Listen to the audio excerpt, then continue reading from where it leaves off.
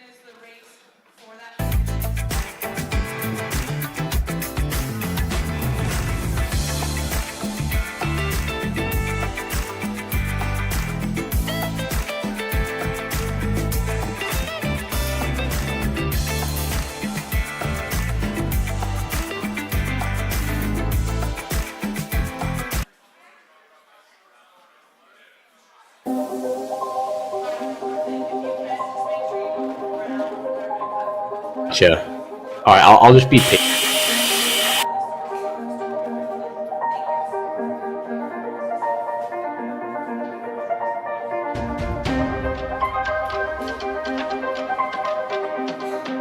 All right, cool.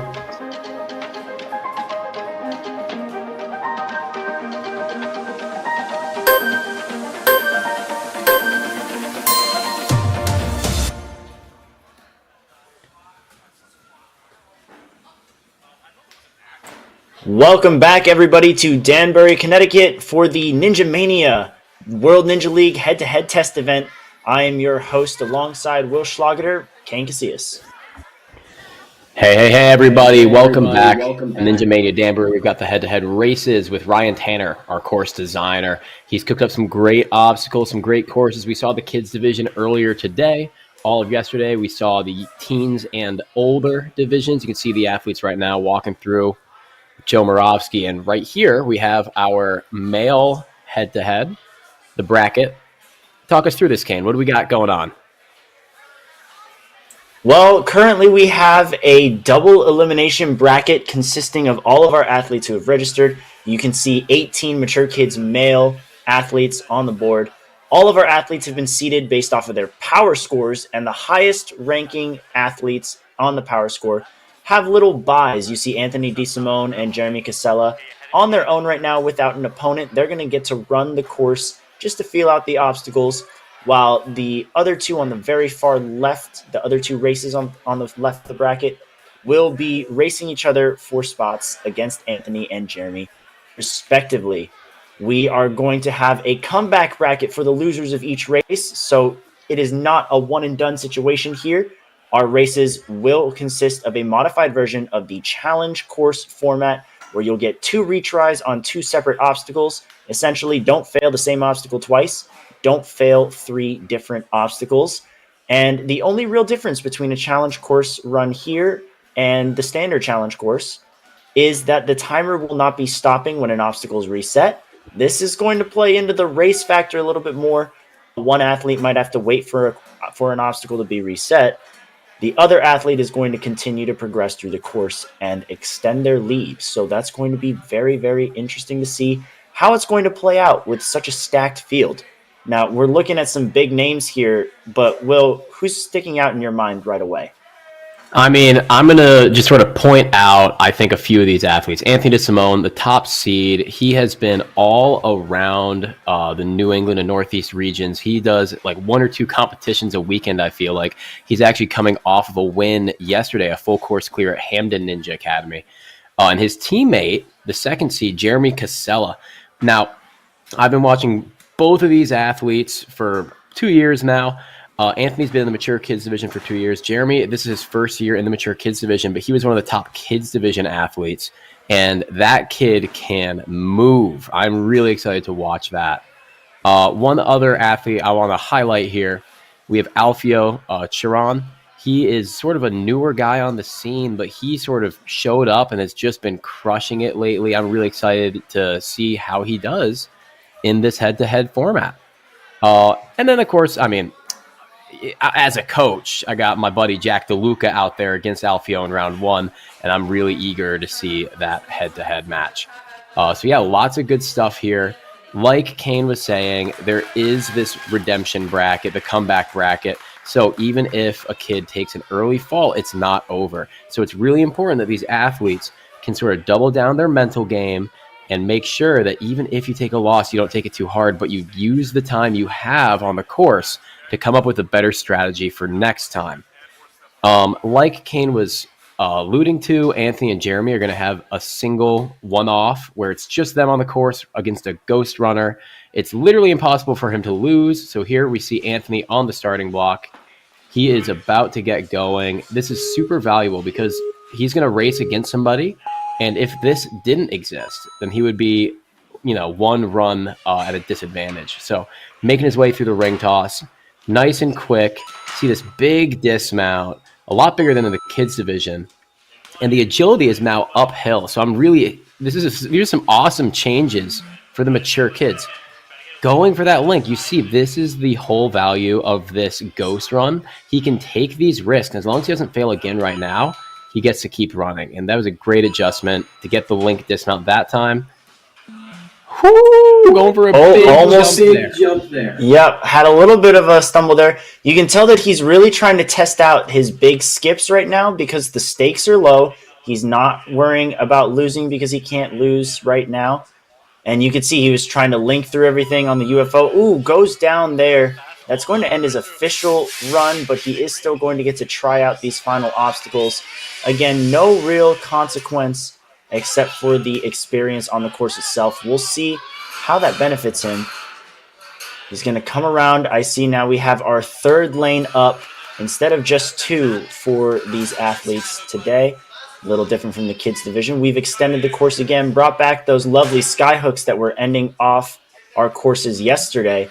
There's a ring already in that bear trap slider, so he's going to hop right down. Anthony DeSimone ends off his ghost run with, I think, a valuable amount of information there, Will. Yeah, it really seems to me like he was going in there just to learn where he can take skips. And I think we've learned, not just for him, but for all the athletes, that TikTok move is going to be a tricky one. So, again, that didn't count for anything more than the experience. And next, we're going to see Jeremy Casella do the exact same thing. We got course designer Ryan Tanner out there making sure everything is situated, everything's perfect. See him with the hook right there. He's the brains behind this whole deal. So talk to me. What do you think you're going to see here with Jeremy, Kane? I think we're going to see a lot of big sends out of Jeremy. Jeremy has constantly been one of the big names floating around the youth scene in the World Ninja League, and for good reason. He's fast, he's powerful. Wow, huge jump, not even stepping up to that extra platform. I'm honestly surprised that he took that many moves on the ring toss.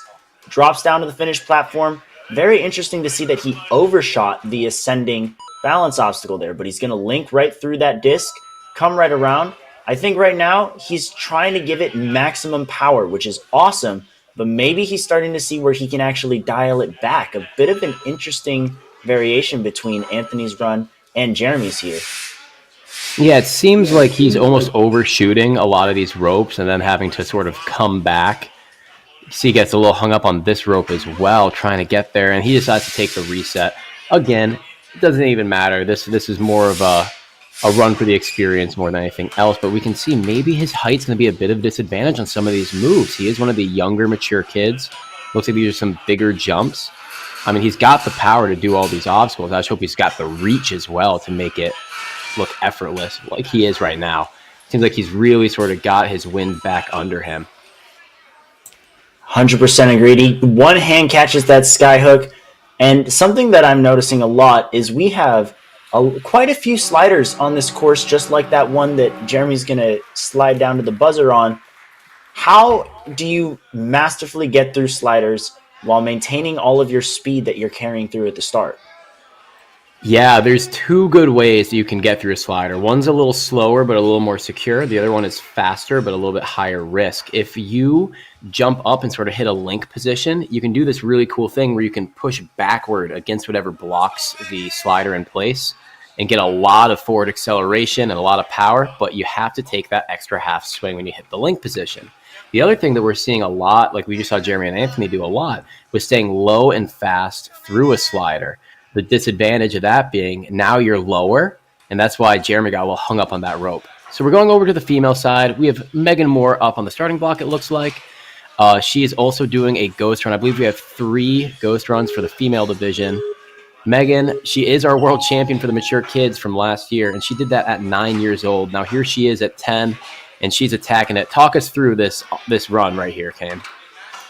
Well, as you can see, Megan's using her reach to her advantage. She's really trying to minimize her moves on the ring toss. Missed a little bit, but managed to recover. I don't think we'll see that miss again. Very, very strong links through that disc. Grabbing the front side so it's not really spinning on her too much. She just wanted to pop right through. Now she's going to make one big swing and jump for that rope. Little bit off axis as she's coming into that rope slider. Again, gonna take a reset. We're seeing a lot of our athletes come in a little more awkward. You know what I think they did? I think they might have turned those steps around so they're running on the steeper part, because I'm seeing a lot of these athletes come in a little more off axis than in the kids division, and I don't think that that's on accident. Yeah, they also might have made the distances a little bit bigger for these guys. I mean, these kids are a little bit taller. Definitely seems like something was maybe changed a little bit there. Either way, making quick work through these rings to finish it off. You see her shoving that slider down. That's a really heavy piece of bear trap right there. So you can see the lighter athletes here are just sort of not struggling, but it's making it move a little bit slower. But we saw some skips there from Megan that we didn't see from Anthony and Jeremy. I wonder if all the other athletes are watching, adjusting their game plans accordingly. We saw her run through and link the trapeze to the spinning disc. We saw her only one swing on the TikTok. She does have a lot of height advantage here, but either way, great run from Megan. As you can see up here now, we have our mature kids female bracket. We have Megan, Emily Bauco, and Ananisa Truong with their ghost runs. So we'll be seeing those two coming up next with Emily's. And then we have the remaining 16. I'm sorry. I can't count. The remaining athletes are going to be racing for spots against those women right there. And it looks like we've got Emily up on the course. Ninja Mania local. This is her home gym. She's got that advantage, just sort of knowing how everything feels. Been on this trussing before. It's not a huge advantage because this is a new setup, but just knowing the atmosphere of your own gym, that's just got to make you feel so comfortable out on the course. See, she's taking a swing here, taking a little extra time on the spinning disc to secure the dismount. And again, this just comes down to how you got to get comfortable on this course. Do whatever you got to do to make sure that you're ready for when you do have to race somebody else. And the other cool thing I like about these ghost runs isn't just the top-seeded athletes. We're seeing them take some skips, some risks, and all the athletes that are going to be coming up in these later matches are watching, taking notes, and deciding which ones they think they can do, adjusting their game plans accordingly. Have you seen any skips here, Kane, that you really like the look of, or some that maybe look a little risky? What are we seeing? Well, specifically out of this run, I think she could have gone one swing earlier on that TikTok. I have a feeling as she gets more confident, that's what I was also going to bring up. Wasn't sure if she was going to go for it. She's trying to just pop straight to the second ring of the skyhook so she can hop into that bear trap and get on down. Now I'm going to see, let's see if she can do it again. Nope, she's going to play it a little safer. That's all right. Probably just tried to feel it out, and that's, again, the benefit of not having an opponent to run against. She didn't have to worry about anyone chasing her or beating her in the race. I really like the way she adjusted right there. I think she could have been able to pull through and link. I think we've got a lot of potential out of Emily here. I think right now she's just assessing the course and is going to come back stronger in her official race. I definitely think so. Again, these first runners are just getting a feel. Now we have Ananisa Truong coming up. She's a really powerful athlete. I believe she has 120 points right now, maxed out in points in the standings right now for the mature kids female overall. She's done, I think, like 25 competitions this season, which is remarkable. She is clearly getting a lot of competitive experience under her belt. Let's see how that serves her right here as she makes her way through the ring toss, skipping one of those ball pegs right there and getting that quick dismount. Moving with some urgency, skipping one of the agility pieces even there. That was really nice to see. Getting this big swing. We haven't seen anyone copy the Megan Moore link there, but wow, correcting that a little bit crooked spinning disc in one is proof of a really well-coordinated athlete here. Now she's a little bit smaller, and you can see her struggling on this very heavy TikTok. That jump link position on the rope looking really smooth right now. We've seen a lot of people get hung up on that rope slider, but she clearly was ready for that after watching the previous runners. Absolutely. Good skip on the monkey bars as well. She's going to pop right through the slider. Her pullback power is incredible. It was a little off center there as she went for the dismount, but definitely had the distance for it. She's going to match again and go right through it. Now, I'm curious as to what her approach is going to be on these sky hooks, as we just saw Emily try a different approach. Perhaps, no, she's just going to pop one right over, monkey bar her way into the bear trap. Definitely the safest option, but I have a feeling we're going to see some skips there, potentially some links later on in the challenge, in the competition, so that way people can save time. What I really like is skipping over that top piece of the agility obstacle there. We saw Emily do it, and now we've seen Ananisa do it. I think that's going to be one of those must-make steps, so that way you're not wasting extra time and overshooting the platform. I'm really curious if we're going to see the lache from ring to ring on the sky hooks and then monkey bar to the bear trap, or if we're going to see them make the move on the sky hooks and then skip the second ring and go straight to the bear trap ring. But we've got two more male athletes right now. The first two, Hudson and Neil. The winner will go against Anthony. The loser's going to go to the comeback bracket, where they're going to get another shot at redemption, making their way back up in the standings. Very exciting to see. Yeah, I believe, double checking right here, that Hudson is from Jimja. Yep. So he's, coming from Matt D'Amico. Matt D'Amico, always a great speed athlete. Really excited to see what he can put out on the course right now. Neil is coming out of Next Level Ninja, on the other hand, and we were talking about potential for links on this course. His coaches, Abby Clark, Joe Capo, definitely big on links. We'll see what kind of how their styles are going to factor into this course, because different obstacles will play into different strengths here. I feel like every video I see coming out of Next Level is just some monstrous link line. So I'm sure that Neil has plenty of practice doing stuff like that. We'll see him taking that out on the trapeze and the spinning disc, as well as on those sky hooks.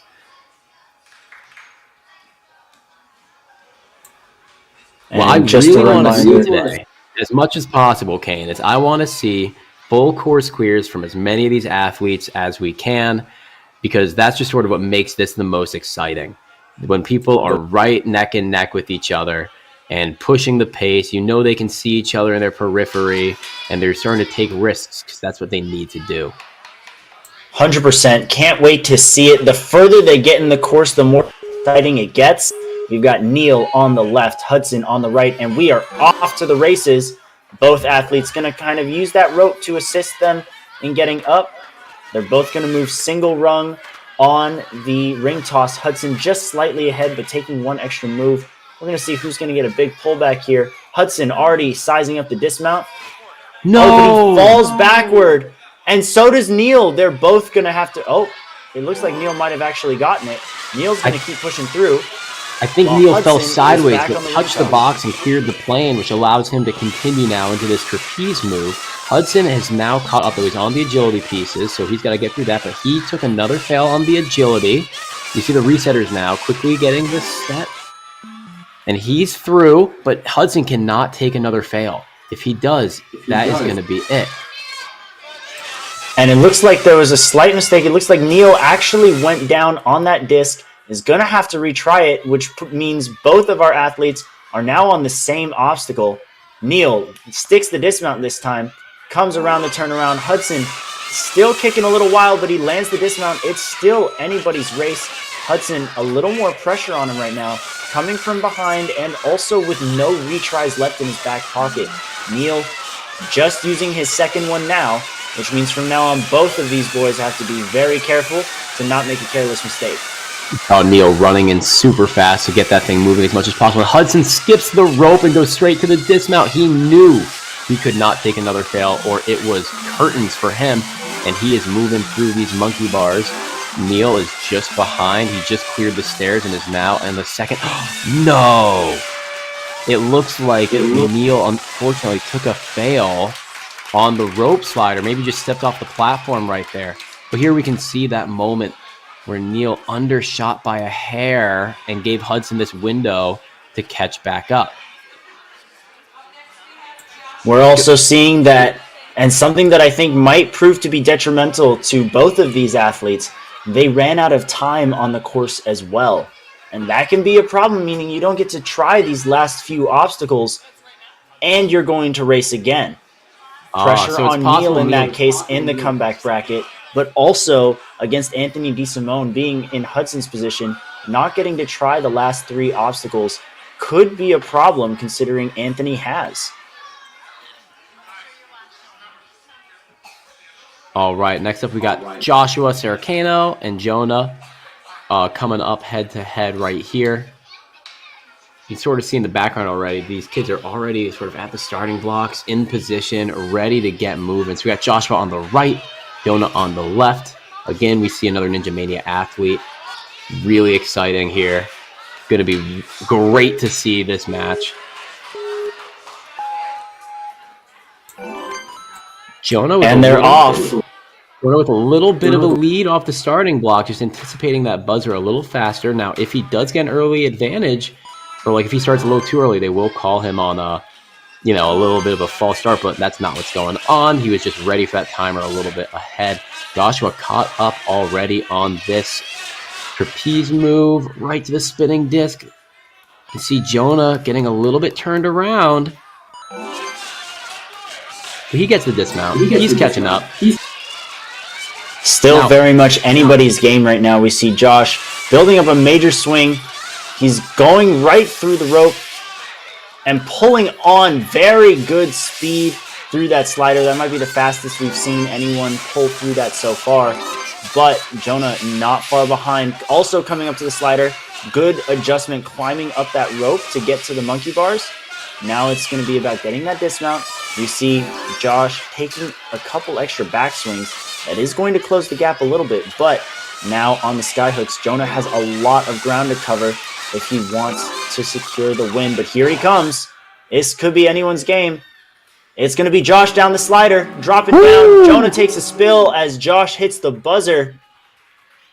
Let's see if Jonah can also secure a buzzer for himself, gain a little more experience on these skyhooks. But still a great run from both of them. I've got to say, one thing I really liked out of Joshua there was he didn't take a single fail. I think that might be the smoothest run we've actually had so far. We'll see if he can keep that up, keep that streak alive moving forward in the winner's bracket. And Jonah's going to be making his way through the comeback bracket, and he had a great run. Just had that one small mistake right at the end, but I'm sure that he won't have that same oversight next time. Great run, Joshua. Great run, Jonah. You see right here this last dismount and that unfortunate fall right there from Jonah. I wonder if we're going to see, when we're going to see those links sort of coming out. Okay. I have a feeling it's only a matter of time, Will. There's so many more opportunities for these athletes to really get more familiar with the course, and I think that's when those links are really going to start to pull through. And up next, we're going to remain on the Mature Kids male side of things with Joseph St. Pierre and Mason Morris. Joseph rocking the Hamden Ninja Academy, and Mason, another athlete out of Next Level Ninja.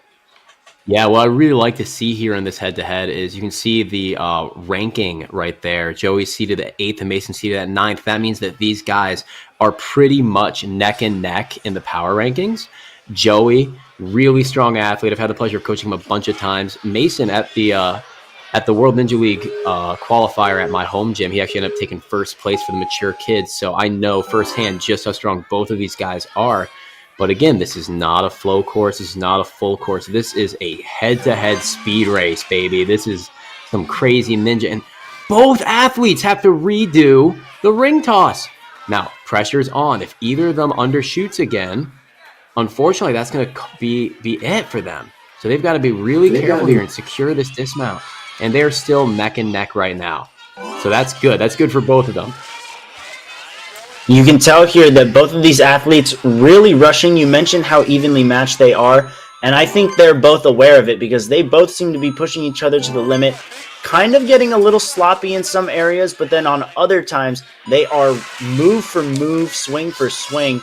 It's going to be Joseph pulling ahead right now, but Mason not far behind, and Joseph's a little stuck on the rope. He's going to take the fall intentionally, take the reset, while Mason is moving forward, going to dismount and take the lead onto that nunchuck slider as Mason is coming onto the, as Joseph, is coming onto the rope slider. Mason's going to move through those lily pads, and it looks like Joseph went down on the rope slider for the second time, and that's going to end his run. Mason Morris is going to take the win, taking a couple swings, getting a little used to the sky hooks now that he can afford to. Hop on down for the buzzer.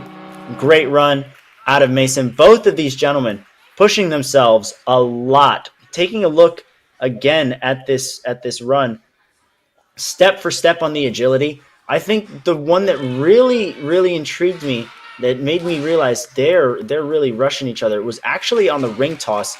You could see that both of them were setting the backswing for big moves, but then trying to pop the ring forward at the same time, maybe to set a quicker dismount, but it led to a bit of a crooked swing and a couple seconds taken away. And I think it's those type of decisions, maybe you have to reassess in between races and say, maybe I change up my strategy a bit on my next run. Yeah, absolutely. And congratulations to Mason being the first athlete to make it to the second round.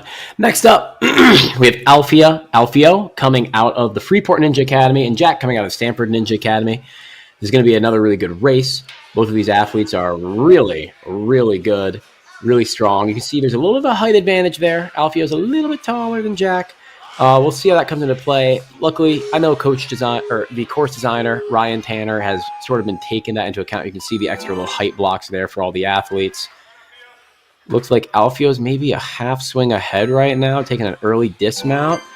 But Jack is nothing if not consistent. I see it in practice all the time, so I'm excited to see how this pans out all the way.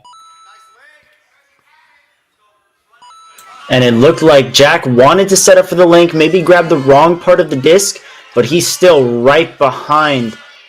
It's going to be very close. Alfio taking a quick dismount, using that rope to kind of stabilize himself, not really to pull through. And he's going to continue with that momentum through the monkey bars. Jack taking a little bit of a spill, possibly running through on the quad steps a little off base there. I think that's the TikTok that he took a fall on. And again, for lighter athletes, that's a really tough obstacle just because how hard you have to work. And yeah, he unfortunately fell a little bit out of bounds. He made it to the platform, but I think one of his feet must have just hit from the bottom. You can see he's still going. He needs to keep going. He needs to touch everything to make it through the comeback bracket. But Alfio getting the full clear, no mistakes. Great job, Alfio. And here you can see this slider. This has been catching a lot of people up. I think part of it is these athletes are on the shorter side, and so they're grabbing near the bottom of that rope, and then they have to pull up super high to even get to the ladder. I think that's really sort of causing a huge struggle point for these guys. I 100% agree with that. And also from what I'm noticing, the start and finish platforms in between or at the ends of the quad steps have actually been moved a little further back as opposed to the kids division. In the kids division, you were able to sprint right through and just use all of your speed and take it into the rope slider. But for the mature kids division, it looks like some of our shorter athletes are going to have to make a bigger stride or possibly even jump to that finish platform. And that takes away a lot of the speed coming into that rope slider. Yeah, and right now we can sort of see the one-arm strength of Alfio doing a one-arm dismount on two different obstacles. Definitely exciting to see how he does moving on into the second round, and Jack's going to move down into the comeback bracket. Next up, Josiah Birmingham and Alaric Rossi. Josiah has been, again, one of the sort of most competitive athletes. I say that meaning that he has gone to so many competitions. I remember last season he went to the most competitions. He's coming again out of Jim Maynard, coached by Matt D'Amico. Every course is a speed course. And Alaric coming out of the Ninja Labs. So, these guys have a lot of good coaching going under their belt. They're going to be really prepared here for a good race.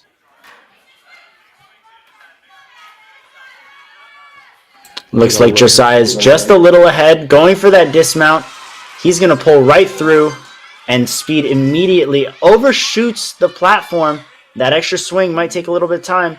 He technically did not engage with the platform, the finished platform. I think he tried to overshoot. Maybe he was a little lost on where he was supposed to land, and that's going to cost him, but he speeds right through and is now just one element behind. He's going to underbar that dismount, almost has it, and now Alaric has a pretty comfortable lead coming into the TikTok, can take some extra swings, and it's looking a lot like Josiah is in a bit of a predicament right now. No retries left for him, Will. Yeah, it really comes down now to how smooth they can be. If Josiah takes another mistake, then Alaric just needs to be consistent. And Alaric has been consistent. He hasn't taken a fall yet. Josiah knows he needs to take risks. Not anymore now that he's ahead. But he had to on the TikTok, and it did manage to pay off. But they are running low, sort of on time here. And it looks like they might be running out of energy. And oh no! Josiah engaged a platform that is out of play. That was the starting platform for Obstacle 2. And Alaric clears the obstacle, which means that it is Alaric's victory, even though Josiah got through Obstacle 8 faster. And that's a little bit of a surprise here. Alaric was seated, I think it was 12th, whereas Josiah seated 5th. But great job, Alaric, sort of showing that these seedings don't determine anything. It's just it's a power ranking that determines it. And what these athletes do today in this course is what really matters. And Alaric just did an amazing job. No fails, stayed consistent, got comfortable with the obstacles, and now he's in a great position to continue his way up the winner's bracket. 100% agree. Alaric did a great job at running his own race. Whatever was going on next to him didn't bother him. He didn't get phased. That was the sign of a true professional there. And then something else that I also noticed out of Josiah's run, he has all of the tangibles. We see so many different skills that he put on display. He was just getting lost on the course, Will. He was stepping in places where he shouldn't have. His coaches were directing him to and from. And now that he knows the course, I think he's going to be a scary prospect in the comeback bracket. I agree. I wouldn't want to race against that kid. Now, here we go. We've got two more amazing athletes. I got to give a little shout out to Connor Hughes. He's one of the nicest kids I've ever met. Every time I see him in a competition, he goes, "Coach Will," even though I haven't seen him in however many months. So we see right now, though, he's a little bit behind. We've got Joseph here on the left side, finishing up the spinning disc real quick and moving through. He's on the next level team, so you can see those links on display, courtesy of Joe Capo and Abby Clark. Connor working to catch up. Huge use of the speed there out of Joseph. That is the type of speed that I've been talking about, carrying that momentum into the slider. And again, he is on the taller side of mature kids, so it makes sense that he's able to carry himself through. Now, he does cross the plane. He did engage. I think he just stepped down by mistake, so it's technically marked as a fail on the nunchuck slider. But he's going to go right through the lily pads anyways. Wow, you can see sky hooks. He did not look straight at all, but he managed to dial it in and keep it moving. And unfortunately, it looks like Connor failed out on the rope slider. Very surprising. I think it's another one of those situations where these shorter athletes are just at a little bit of a disadvantage on that obstacle. But Joshua did a great job making it through, getting the full clear, persevering, even though there's that small mental mistake on the ladder dismount. I think he might have thought that it was a different box because it looks like he landed. He got the landing, and then he sort of thought to himself, oh, maybe I failed. But hey, he dialed it in, he kept moving, and he did a great job getting through that course. We're now going to be moving into our next race between Ethan Tobias and Tyson Castro. Ethan is one of our athletes from Ninja Mania, repping the home gym. And then Tyson is coming out of the Warrior Factory, Syracuse. Yeah, so Warrior So Factory you can see Syracuse, he's going to be coached by Jay Lewis when he's up there in his home gym, a notable speed athlete. And Ethan, I mean, I've seen this guy at a bunch of comps in New England. He is an absolute force to be reckoned with on courses. You see him taking a fast dismount there. And oh no, we see that Castor has to go back and redo the ring toss while Ethan links his way through the spinning disc. And he's really starting to run away with it. Let's see if Taylor can make the comeback here and catch back up. Or Tyson, my bad. Tyson, you can see working on that agility as Ethan is going to jump right into that slider, hopefully engage with the monkey bars, but he's a little stuck. He's going to take a retry, set himself back up for success. Hopefully he'll get the reach this time. That he does. I got to say, Kane, that was Tyson, fingertips, man. That had me sweating bullets. No kidding. A very impressive run. And there's that kipping motion that you were talking about earlier. He's going to move that rope out of his way before dismounting. Wanted to make sure he could see where he was going. And it looks like Tyson over on the TikTok, he's still got a ways to go. And this race technically is not over until a buzzer is hit. And it looks like Ethan's going to do exactly that. Great job with the buzzer. And it looks like Tyson's going to keep working his way through, trying to TikTok one more time. He's got 20 seconds left to try these obstacles. Definitely something good to have in your back pocket as you enter the comeback bracket. He definitely needs to make sure he can find a technique that works for him here, because he's going to have to do that obstacle again later.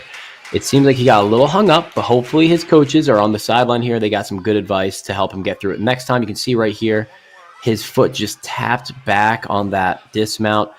But moving quickly, Ethan Tobias crushing the course, getting a nice clear. But again, another athlete getting hung up on this rope slider. I don't think the course designers expected that to be a crux point, but it seems to really be getting a lot of people hung up.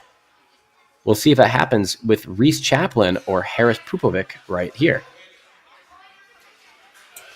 Now we see Harris, a Ninja Mania home athlete, actually was messaging me earlier saying, I'm excited you're on commentary. I'm excited to commentate your run, Harris. I hope you do really well. But we got Reese as well, making a huge reach on that ring toss. He's going to dismount early, taking the slight lead over Harris right now. Huge jump from Harris. He's going to speed right through it. Now, we know Ninja Mania has had these types of competitions before, so we have to think that Harris has probably had some experience there. Nice underbar, and he's just going to be a couple seconds behind. Looked like he wanted to skip. Reese generating some swing. Harris also trying to do the same, remaining one move behind. This is a very close race, Will. It could be anybody's race right now. Really could, and Reese just an absolute powerhouse athlete. You see him taking that early dismount. Harris being forced to commit to some risky maneuvers to catch up. But what I really love to see is these are clean races. No one has failed. And you can see Reese, almost going down on the lily pads, but dialing it in, keeping himself calm and collected. And here comes Harris catching back up. Getting back up on the ring slider. He took a fail overshooting the dismount platform there. But Reese, one obstacle ahead, manages to get the clear. It looks like one of the refs on the course might have accidentally cleared Harris twice on something. But as you can see, Reese got to that buzzer first. So that's going to go to Reese. A great run out of both of these guys. You could tell that they were not afraid to really go full send, regardless of the risk of dropping into the comeback bracket so early. I love to see the commitment out of these athletes. And I have a feeling that even though Harris dropped into the comeback bracket, he knows exactly where he can make his skips now. I saw a little bit of hesitation on the TikTok. I think he wanted to go for it. I think now he's got his strategy for the course narrowed down. I saw that too, and it looked like Harris actually skipped the rope with the dismount for the TikTok, so we got more power than they even needed. And now here we go. Look at this. We got two teammates against each other, Hudson and Anthony, both out of Matt D'Amico's gym, Jim Maynard. So these guys must race each other on speed courses all the time. We'll see how they do here on the head-to-head, knowing each other's strengths and weaknesses. Anthony with a good skip on the ring toss, taking two moves and popping right out of there. And he's going to speed right past that rope as well, not bothering to grab it. Hudson not too far behind. One obstacle, but if he lines up his swing well, he could get out of there very quickly. Anthony, man, right now, Anthony is rolling over this course, earning his nickname Tank, dude. He is just steamrolling right now. But Hudson's making his comeback right now on the TikTok. You see Anthony taking a moment to look back, and ooh, a tough fall off of the nunchuck there. What happened? He just grabbed a little too low on that nunchuck. You can see now he's grabbing a lot higher up, and he's got a much more secure grip there. I think he only had 1.5 hands on that nunchuck at first. But making a recovery. There's that skip that I was talking about. Anthony DeSimone has opened the door wide open for all of these athletes to attempt that move. We'll see who's going to replicate that later. As Hudson is going to the comeback bracket, we'll see if he can finish out this course. 30 seconds, so he definitely has the time for it. Great run so far. No fails out of Hudson as well. So at the very least, even if he didn't beat Anthony, we saw that he was very consistent and precise. A little bit of a whiff there, but we know that he can absolutely beat this skyhook as we've seen it before. Yeah, I think what we're seeing too sometimes is we saw Hudson there for a moment just sort of look a little confused at where to go next. That's the thing about this course is it is very linear back and forth, but everything is so close together it's hard to tell which one you're supposed to use sometimes. We even saw one of the elite athletes yesterday accidentally go on one of the wrong balance obstacles and unfortunately take a fail there. But here we see Anthony getting through that nunchuck quickly. And there's the link you were talking about. We've been waiting for that one.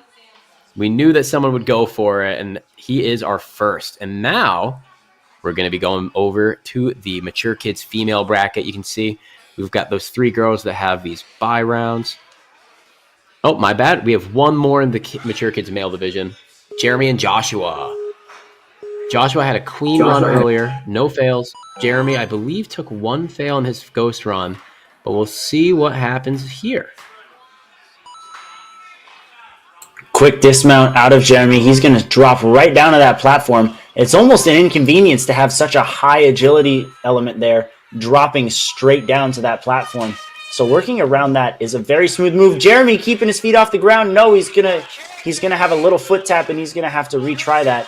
I love the aggression though, but now the door is wide open for Mr. Joshua to come right back. They're both on the TikTok. They're going for the rope. Pull right through. Wow. And you can see that there's actually a little bit of an advantage there to not failing the TikTok because Joshua can use that swing around bar to get speed into the TikTok to give him more power. And Jeremy managing to, oh no, he made the same mistake as Josiah using that platform that's right next to him.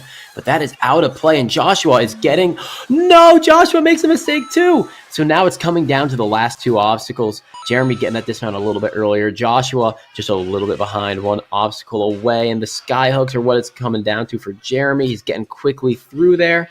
Looks like Joshua's maybe a little hung up back there on the nunchuck move. And that's it for Jeremy. He's going to take it. And what a great run from these guys. That was really tense.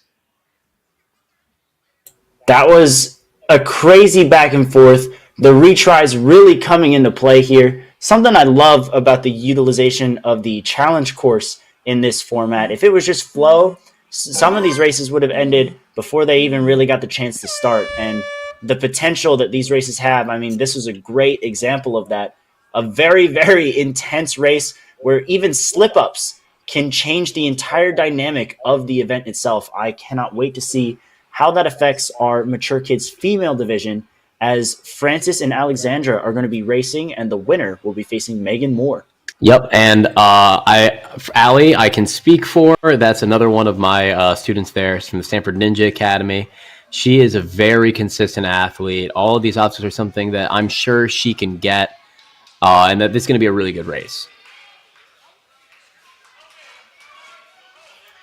Francis here, coming out of Strive. Really great gym, been around forever. We got some awesome coaches and athletes out there. We'll see what they do here, and it's starting out very neck and neck. Both of these athletes making their moves on the ring toss.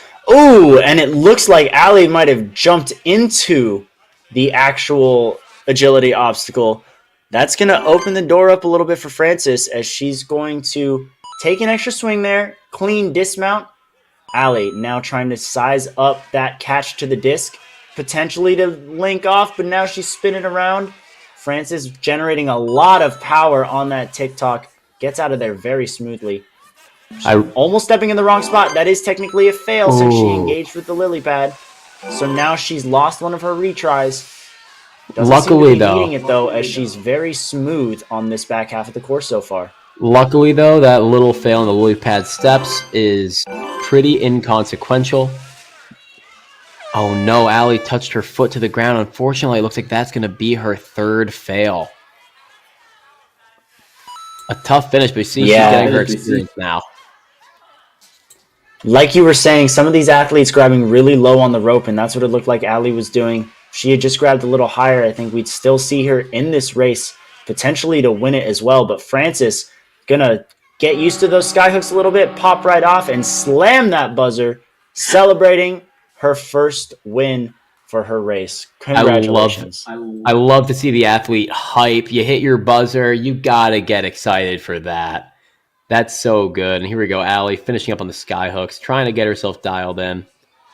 I really do love seeing some techie obstacles like these skyhooks, like the spinning discs, because they're things that are, when you're in practice, you might be able to be really good at them, getting them first try, second try. And then here, you can just lose so much time trying to make sure everything's dialed in perfectly. We see Allie finishing up her course nicely. Yeah, it's a great thing to point out there.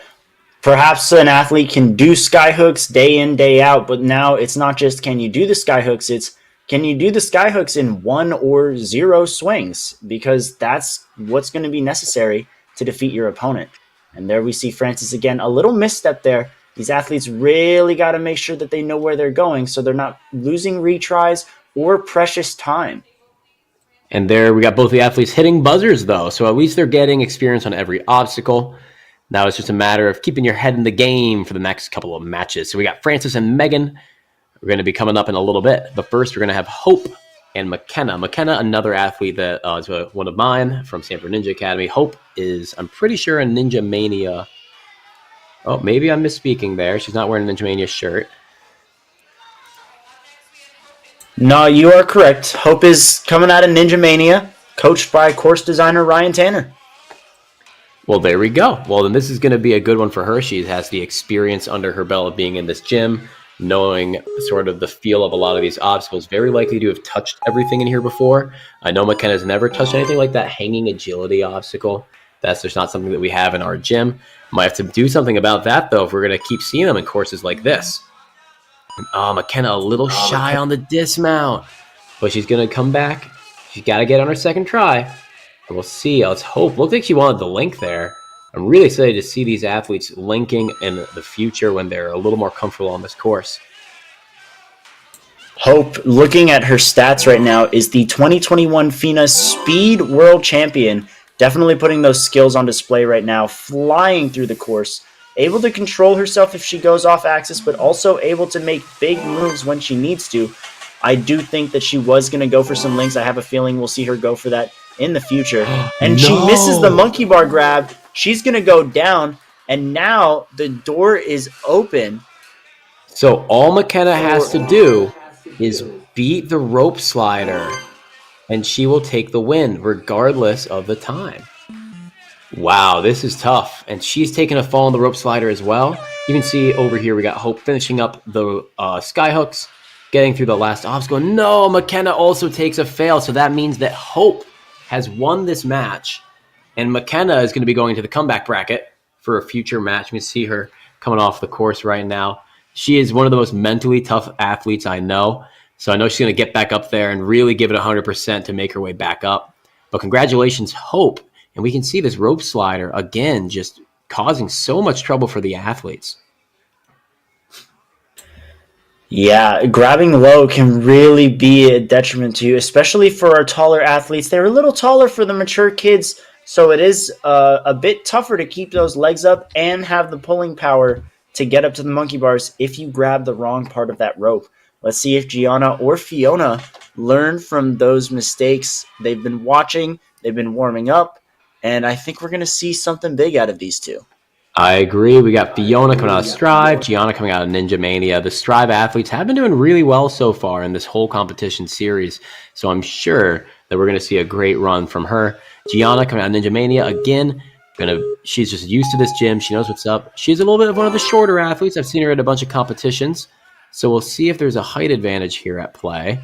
But right now, they're both looking pretty smooth through these ring toss, and they're about one swing away from each other. Fiona quickly out of the agility. Now has a little bit of time to build up a swing. Maybe trying to see how long it takes for her to get out of there. Takes one swing on each element there. Pops on the turnaround and onto the TikTok. Going to build up a lot of swings. She's already looking at that rope. I think she really wants to go for it. Makes the reach for it. Didn't even have to jump. Yeah, she stayed low on that one. There. And there we go. Into that rope slider. Again, kind of lifting her hand up. You could see a little adjustment there so she could grab a little higher. And a sizable lead right now for Fiona. But Gianna could very well make a comeback here. On the TikTok right now, clears it. And now it's pretty speedy from this moment on. If Gianna can be proficient enough in all of these obstacles, she might be able to close this gap. Yeah, and it's going to come down to Fiona's comfort on the skyhooks, and she is looking very comfortable. The rest of it's just monkey bars. I'd be surprised if she took a fall here. And there you go. Fiona is going to take it over Gianna, but Gianna getting her experience. She's on the nunchuck right now, it looks like. Oh, no, the rope slider. And we can see again just why this is such a hard obstacle. You really start on a very short starting platform, so you don't have the room to run up into it and get that acceleration that you really want. So these shorter athletes are going to have to find out a way to run straight from the angled steps into the rope slider so they can maintain their speed the whole way through. Looking again at that replay, a good reach out of Fiona as well. Just kind of grabbed for the rope instead of, really lunging for it. The benefit of being a taller athlete, you have the option to either just skip the rope entirely or maybe just stick a hand out and take a nice, elegant swing over the platform. We're now going to see a race over in the... It's going to be a race between Kylie and... It looks like we've got a rematch here of the Allie and Francis race. There must have been something that required a re-race. Perhaps something wasn't reset properly for one of the athletes. So we're going to get to see this one play out again. If I remember, Francis won that one. So we're going to see if she can keep that or if Allie can do the upset here. Ooh, a little trip for Francis, but she's going to pop right back up. About one swing ahead of Allie. Allie trying to line herself up properly this time. Grabs the right area, not spinning around necessarily. She's going to take one more swing and get right out of there. Francis reaching for that rope. Very smooth grab. And is going to pull right ahead of Allie right now. Yeah, you can grab see on those monkey bars. No fails on either side this time. I think we're seeing the result of, trying this course before. Yeah, this is a clean race for both athletes so far. But we can see this. Francis staying one obstacle ahead. Getting through it. She just can't get this skyhook. Maybe she doesn't look the most comfortable, but she got there. Allie could maybe link and catch up, but Francis comfortably getting through, smacking that buzzer a bajillion times again. She is so excited.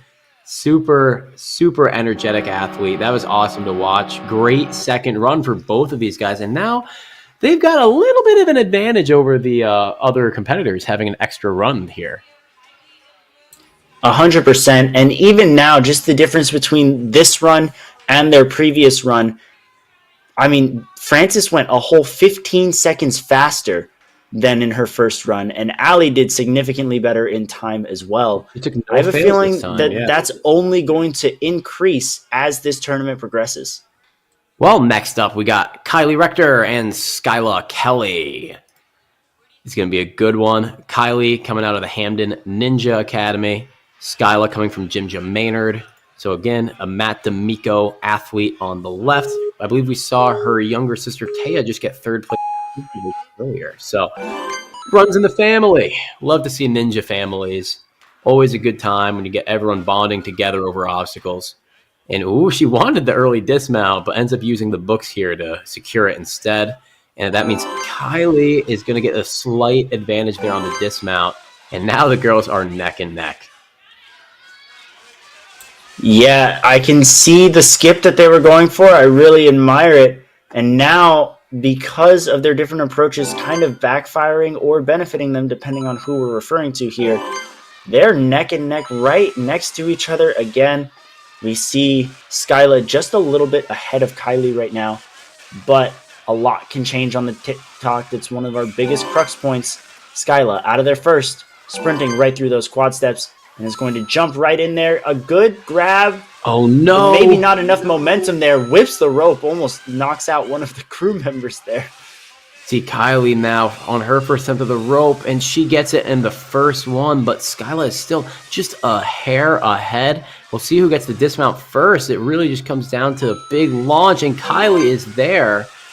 And golly gee, it's just going to come down to these last two obstacles again. You can see both athletes really struggling to get that push for the ring, to get the dismount, and they're both now moving through the last sequence.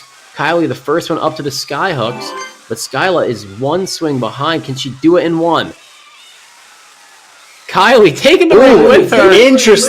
Interesting move there, but they're both going down. Skyla comes first and gets the buzzer just 1 second, half a second before Kylie. What a close finish there. I mean, we saw them flip-flop who was in first at least 3 different times there. So you can see right here is where Kylie took the initiative back, and she just took 2 swings and maybe got a little hung up here on this bear trap move. And you can see that Skyla just quickly got through there and managed to get to the platform a little bit ahead of Kylie. That was a really, really good race. We're now going to finish off with the last race in our Mature Kids Female Winners Bracket for the first round. It's going to be Mila Rukas versus Aria Riddico. The winner will face Ananisa Truong in the next round. And these two athletes, super good. They've both been on the scene for a while. See Mila wearing the Lucas Reale shirt.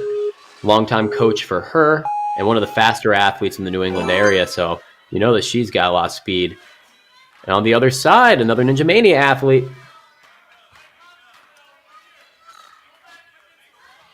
Very good pulls. We're going to see who dismounts first. It's going to be Mila, just by a little bit. But that's all she needs. She's going to carry that momentum into the 4th obstacle there.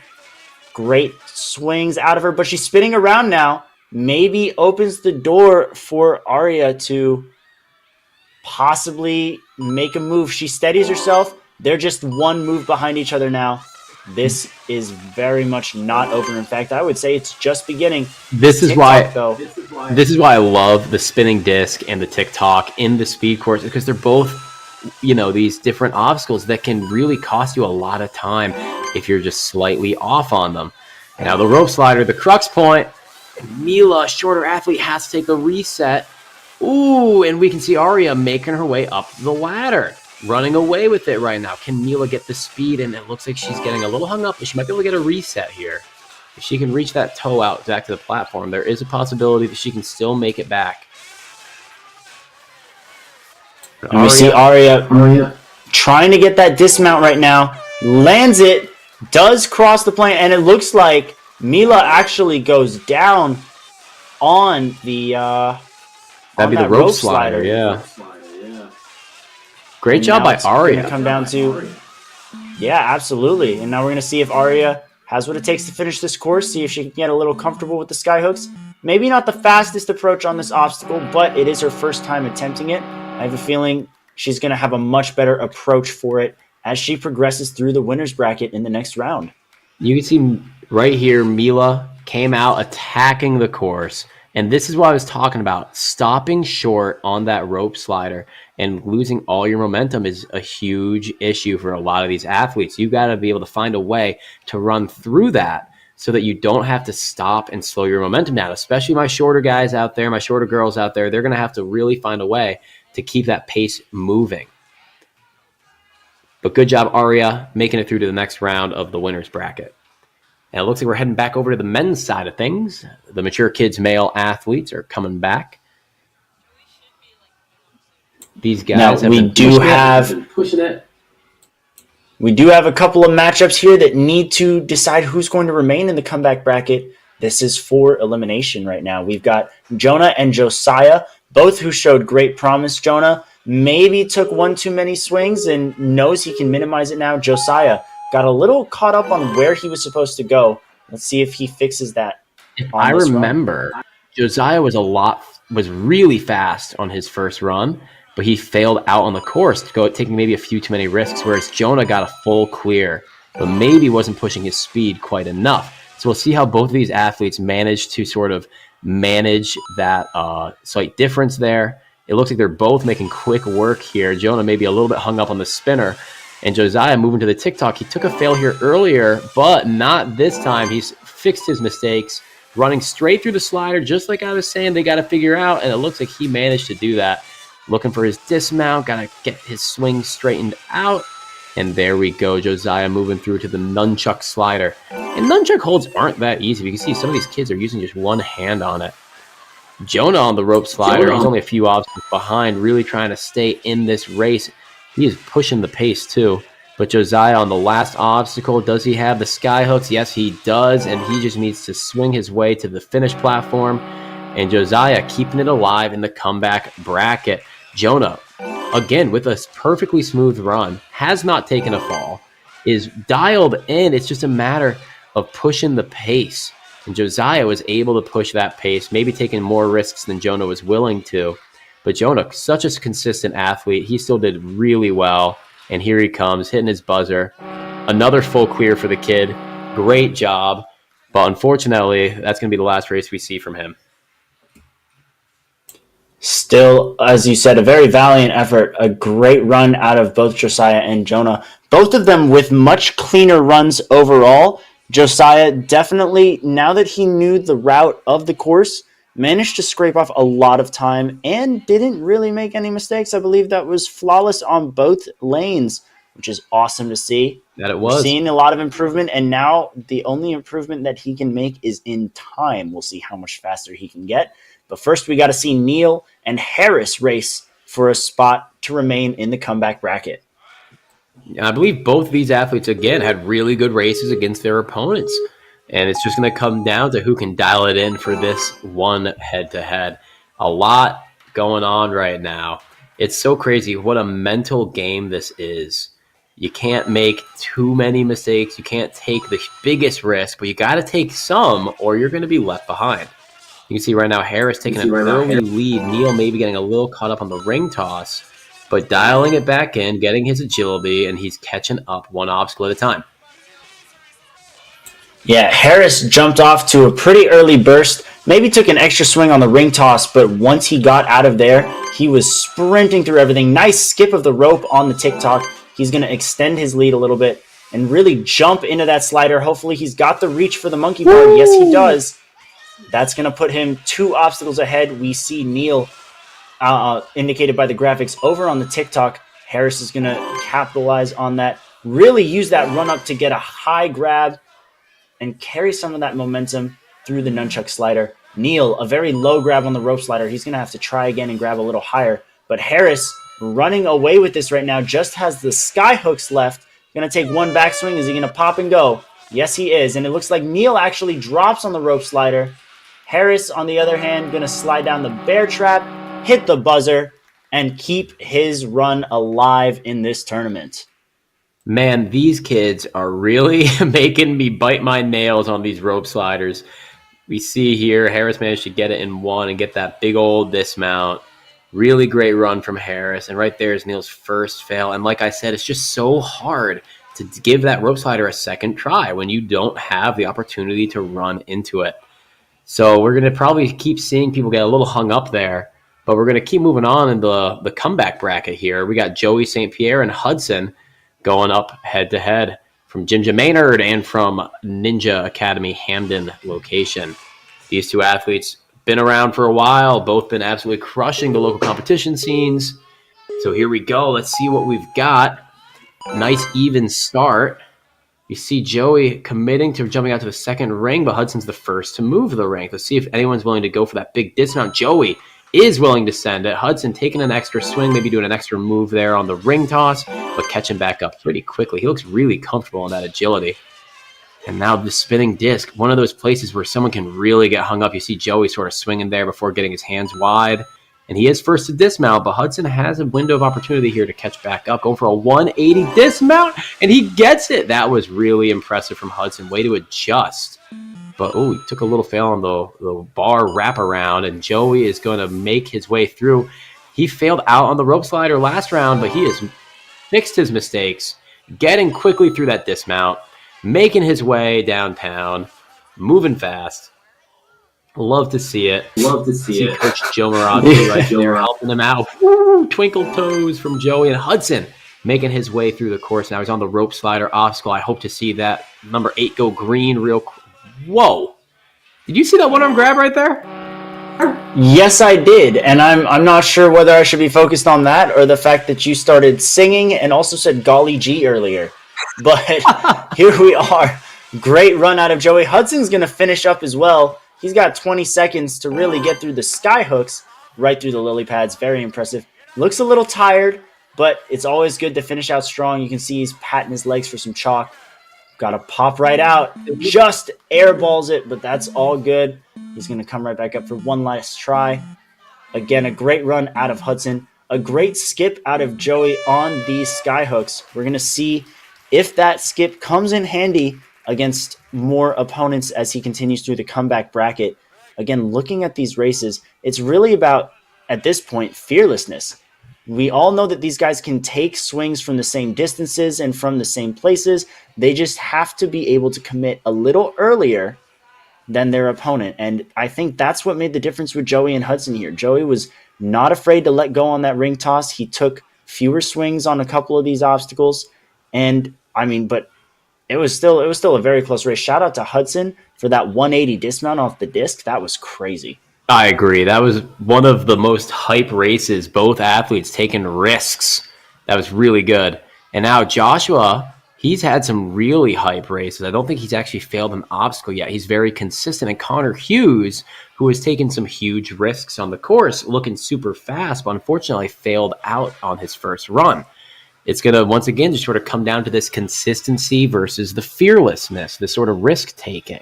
Who's willing to take the most sensible risks at the right time?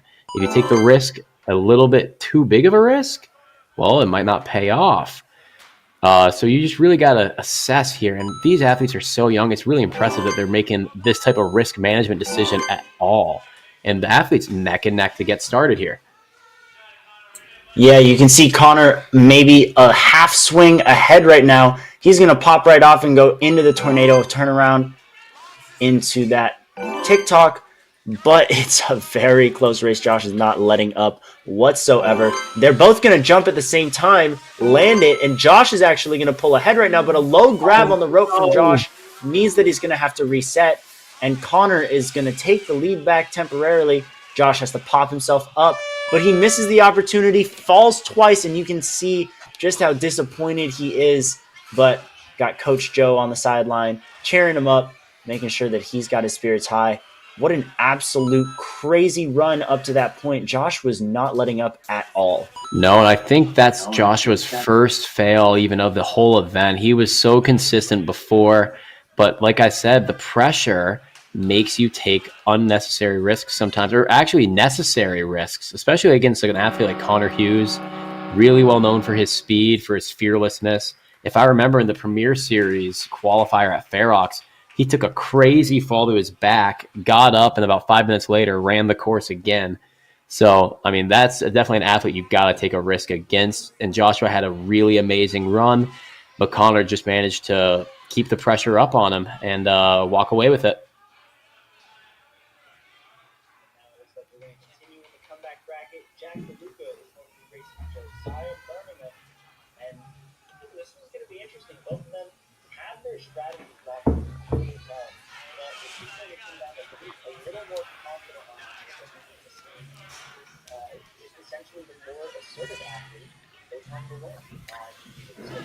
Yeah, notably, Josiah has had one more run on this course than Jack has, so he'll be a little bit more comfortable, which means Jack might have to take some risks he might not want to.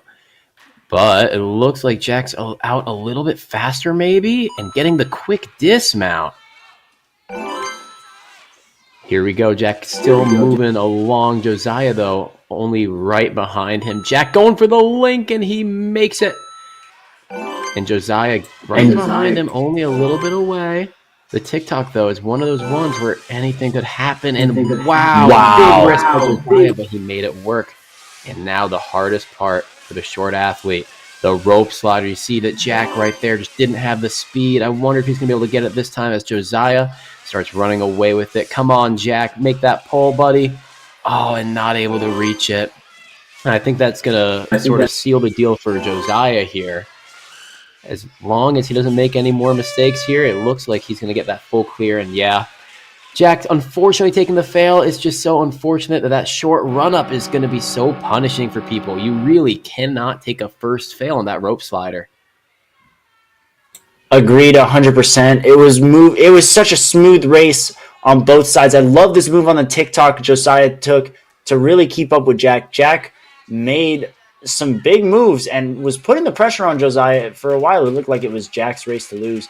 And honestly, the way I see it on this rope slider, Will, if your right hand is higher on the rope than your left, you should probably be on the right side of the rope so you can get that pull a little better and you don't have to make as big of a distance. I feel like his hand might have gotten caught up on that rope there when it comes to Jack, and he had a bigger reach to do, and he wasn't able to really commit to that. Yeah, I think you're right on that one. And, well, hey, we'll see how these athletes manage to make it work. We got Harris on the left and Tyson on the right. Warrior Factory Syracuse versus Ninja Mania. Harris moving very quick. You see Tyson took a quick look to watch. And really, I mean, I would say that looking at the athlete you're racing against is something you want to try to avoid because you want to run your own course. If you start letting it get in your head, then unfortunately, like what might have just happened there with Tyson, you're going to make a small mistake and just get left behind a little bit. Hopefully Tyson can catch back up, though. She's just got to get through that ring toss. And we see Harris really starting to run away, but here it is. That's rope slider. But he gets through it. Now, we're seeing Harris take a little bit more of a cautious approach compared to his past runs, going one monkey bar at a time instead of skipping. Maybe thinking that it's a little faster to make smaller moves than bigger ones. We'll see. But also went for the skip on the rope on the TikTok. And as he's taken on these sky hooks, I think now it begs the question, do you want to make these bigger moves or do you want to just make smaller pops that you know that you can do quicker? What do you think is the overall fastest approach here, Will? It's hard to say. I think big moves quick is the best option, but that's also the most risky option. I think when it comes to going up monkey bars quickly, I think small, fast moves is better as long as you anticipate your big dismount. Because you need that big swing to finish and dismount as early as you can. I think also what we're seeing maybe, Harris probably got a glimpse in his periphery, saw that he had a significant lead over Tyson here, and just sort of slowed his pace down. And there's something to be said for that. Slowing your pace down because you feel a little more confident is a good thing. But at the same time, if you have a lead, maybe that's the time to take a risk. What do you think about that, Kane? Well, I mean, I can understand why Harris wouldn't want to take a risk there as he still had an opponent who was not down and out. But I can understand the sentiment of wanting to maybe try a new technique. And if it doesn't pay off, you know that you have your first technique to fall back on and really try and make a correction. It really depends on how confident you are in your ability to do both techniques in a quick manner. As you were saying before, there is a fast run and there is a fastest run. So if you think that your original technique, which may not be as risky but could be a little slower, if you still think you can do that quick enough, I say go for it. So that way, you can have two techniques quickly in your back pocket. We'll see how these techniques pay off for our two women right here in the comeback bracket. We have Gianna over on the left, and we have McKenna on the right. Yeah, and if I recall, I'm pretty sure both of these athletes were taken out early on the rope slider last time.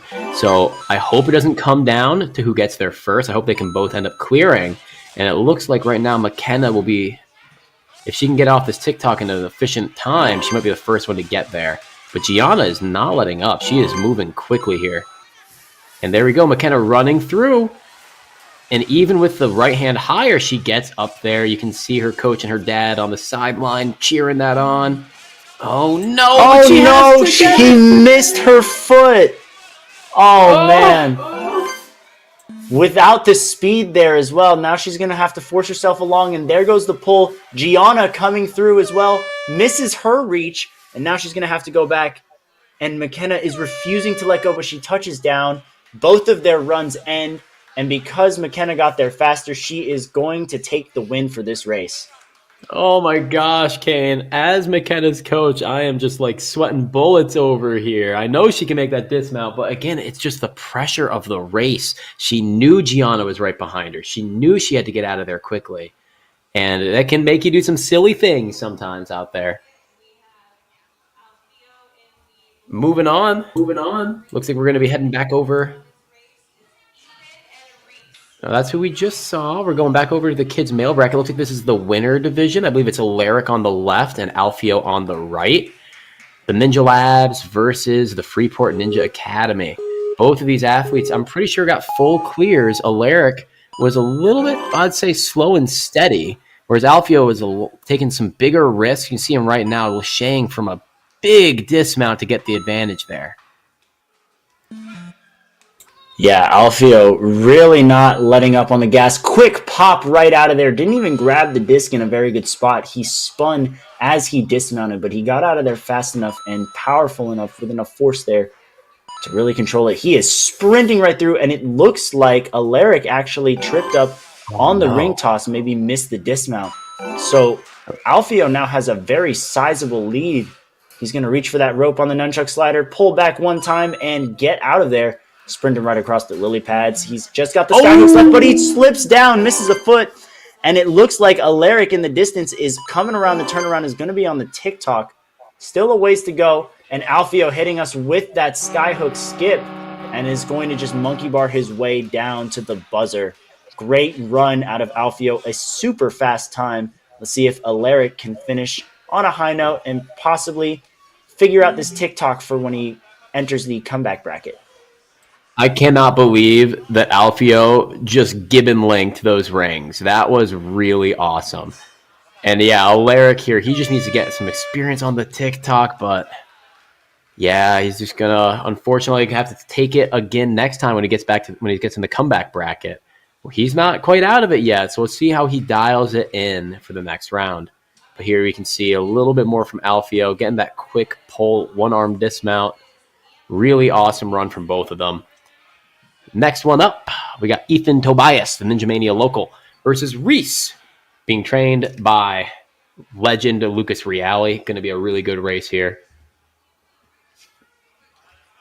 I'm very excited here because we have two speed specialists and their prodigies stepping up to the starting line. It's going to be a lot of. I think the pace is really going to be pushed here.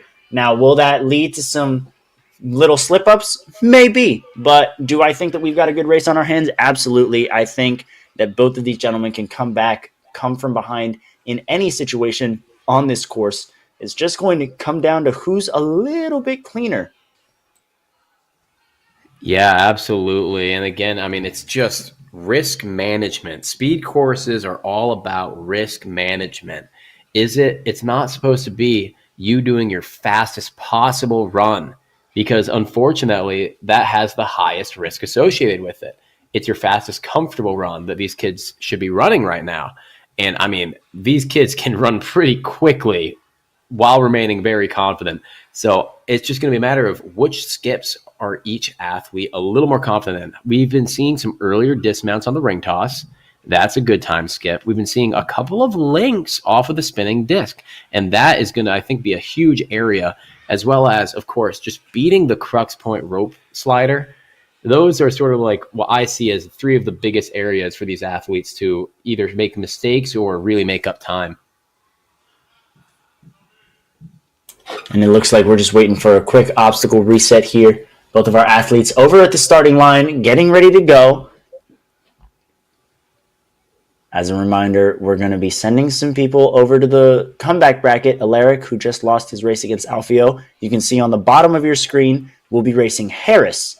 And the winner of that will remain in the comeback bracket. It's going to be a very intense battle. That race is actually, I think it's going to be a very, very interesting round for sure. Yeah, Harris was really pushing it in his last run against Tyson, but it looked like maybe he was getting a little tired by the end. I wonder what the endurance is like, because it's funny. You might be a really great speed athlete. If you don't have the endurance to keep it up for the whole minute and a half that you're out on that course, though, that could become a factor. Absolutely. And to have to do this 3, 4, 5, sometimes even 7 or 8 times in a single tournament is a huge testament, not just to their skill, but to their cardio. It's something that a lot of ninjas don't like to train, but cardio is important, everybody. Make sure you're training it. I gotta say, when we were doing the elite races, that was something that really came into play, where some athletes would have to run, I think, like 3 back-to-back races. And then the 5v5 team competition that the elites were doing last night, Ramses Valdez, got to shout that guy out. He won 5 straight head-to-head races with less than maybe 20 seconds rest between each race. And that was just such a testament to his consistency and to his endurance. And you really got to have both to be a really great speed athlete. And here we go. Looks like we're about to get ready. Reese on the left, Ethan on the right. And here we go. It's getting to be pretty intense here. Ethan making a big old reach, but Reese is actually going for a skip first. Ooh, both taking moves, and Reese is out of there just a little bit ahead of Ethan, but both are making huge jumps. They're on the same move right now. Who's going to link that dismount? It's going to be Ethan, followed by Reese. We've now changed leads, but Reese now might be in a better position to dismount first on the TikTok. He misses, no! And Ethan will seize the moment and jump right into the rope slider. Gives himself a little bit of an extra kip, and he's going to go for a couple big skips and a big old backswing. Nice pop and a jump onto the nunchuck slider. Now we've got Reese still progressing through the course, but actually fell on the quad steps, and he's going to go down on the ring slider, and with no retries, that's going to secure the win for Ethan Tobias. A bit of a shaky run on those lily pads, but he's going to slide down on those sky hooks, secure the buzzer with a time of 57.9 seconds. I have a feeling we're going to see some sub 45s. We're definitely going to see some sub 50s very soon.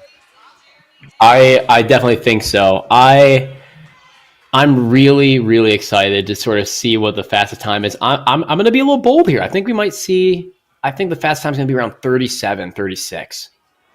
Ooh, I don't hate that prediction. I think it's pretty on point, and I think with Anthony DeSimone and Mason Morris as our next race, I think one of those two are very likely to put up a time like that. Absolutely. These guys are good at taking risks. 2 athletes, they've definitely seen each other before in a lot of competitions. They're sort of familiar with each other's skill sets. They know they're both going to have to take some risks, push some paces, and here we go. And they're really sprinting through. Mason with the fast jump up, but getting a little hung up on that third peg ball. But both dismounting early and quickly going through the agility.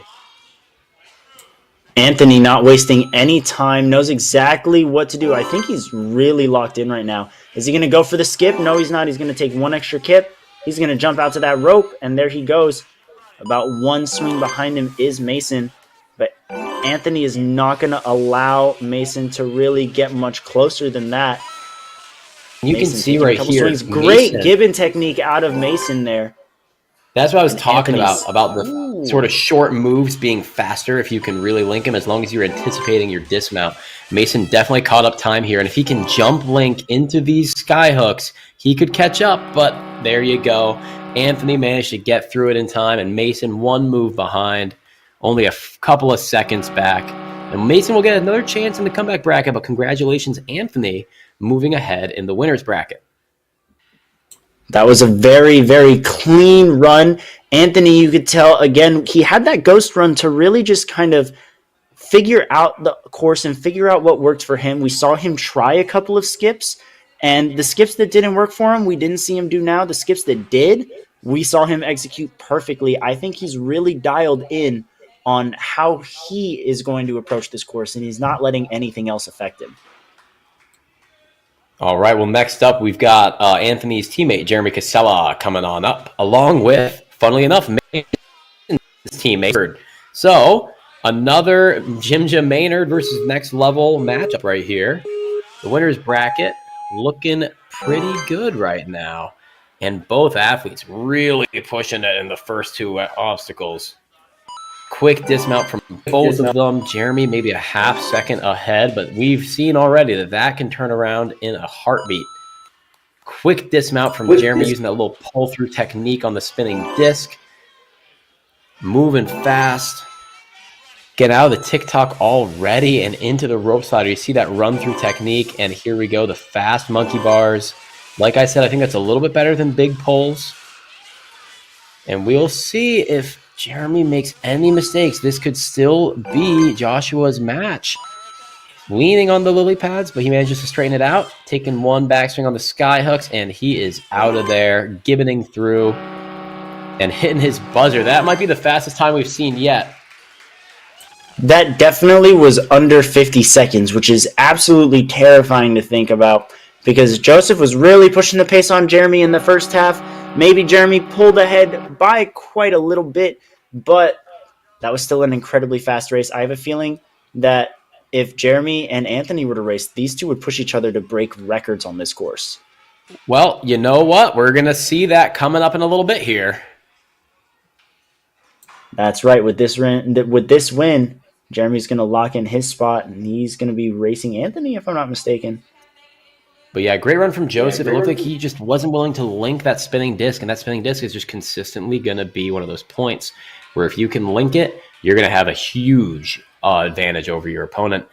And here we go, going back over to the mature kids female. We got Megan Moore and Frances Nix. Frances already ran the course, I believe, twice because she had that rerun against Alexandra. So we'll see right now if she can have that course advantage. Megan, though, probably with the fastest ghost race that we've seen so far, doing some crazy links. We'll see if she does them again right here. And a good reach using that wingspan again. Megan did that in her ghost run. It worked for her last time, so she obviously decided to keep it. Oh, we see a little stumble from Frances. Haven't seen her fall there. And Megan just charging right through. Again, has good wingspan, so she's going to reach over for that rope. Way to keep the legs up to avoid a foot tap as well. Going to pop right up on those monkey bars. And a great grab, pull back, and a dismount. Megan Moore running away with this competition right now. It looks like Frances might be a little stuck on the disc, judging by the... and she goes down on it twice, which means Megan Moore does secure this win. But, of course, we want to see just how fast she can go. What a great move, gibboning her way through, dismounts, and hits the buzzer with a time of 50 seconds, almost 50 exact. Wow, very, very that's well. Pretty impressive. And yeah, you see there's Frances's first fall. Quite unfortunate.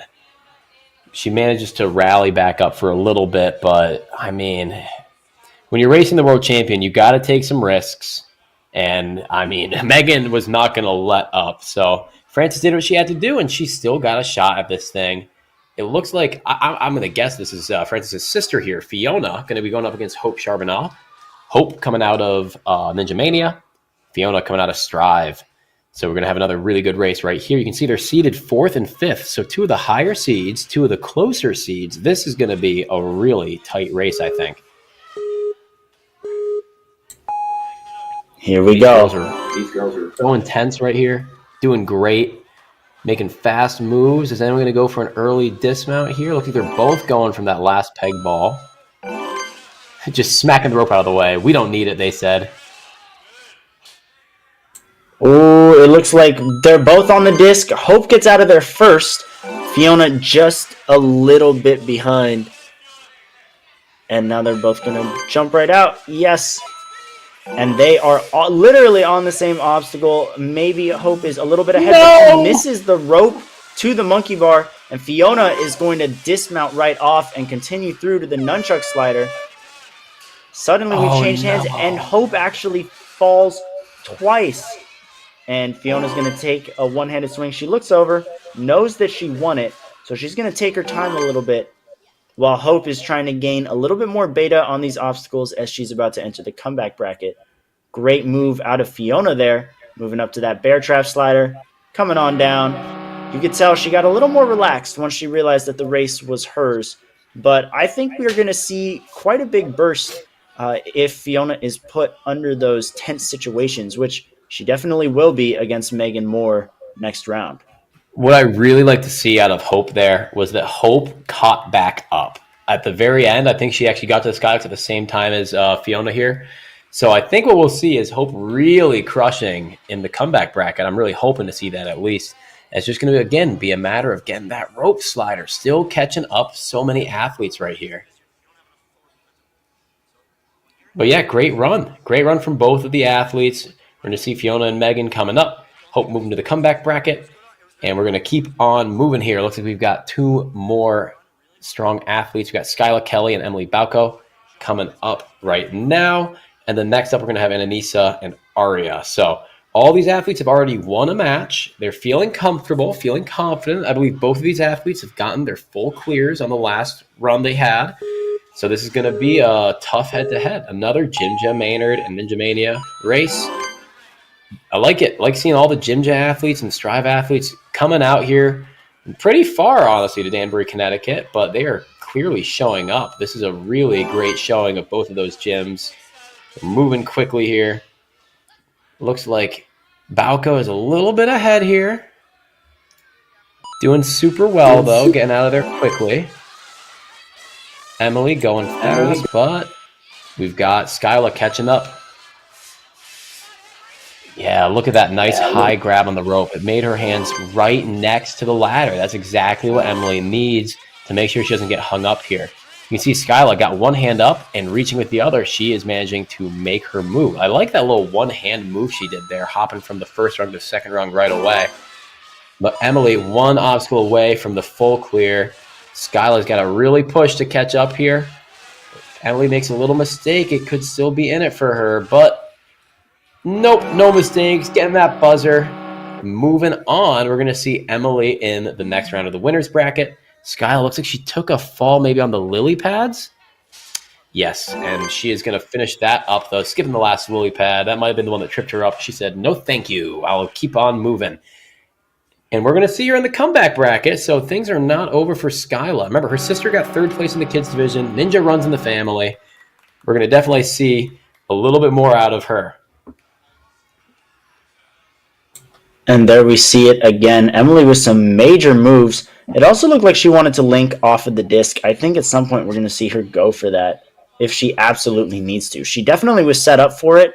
I just think she hesitated a little bit from the underbar dismount. But as the competition gets tougher and tougher, I think we're going to start seeing bigger moves out of Emily. We'll see if she's going to be facing off against Ananisa or Aria. And there they are at the starting line. Aria on the left, Ananisa on the right. It's going to be very, very difficult to tell who's got the edge here. Ananisa only had a ghost run, didn't have to have the pressure of racing against somebody yet. But obviously not letting that phase her right now. They are move for move, matching. They even missed the hook at the same time, but Ananisa's off first. Quick hop onto that dismount platform. Taking one big swing. I love the twist technique on the lache. Really allows them to build more power in a quicker fashion.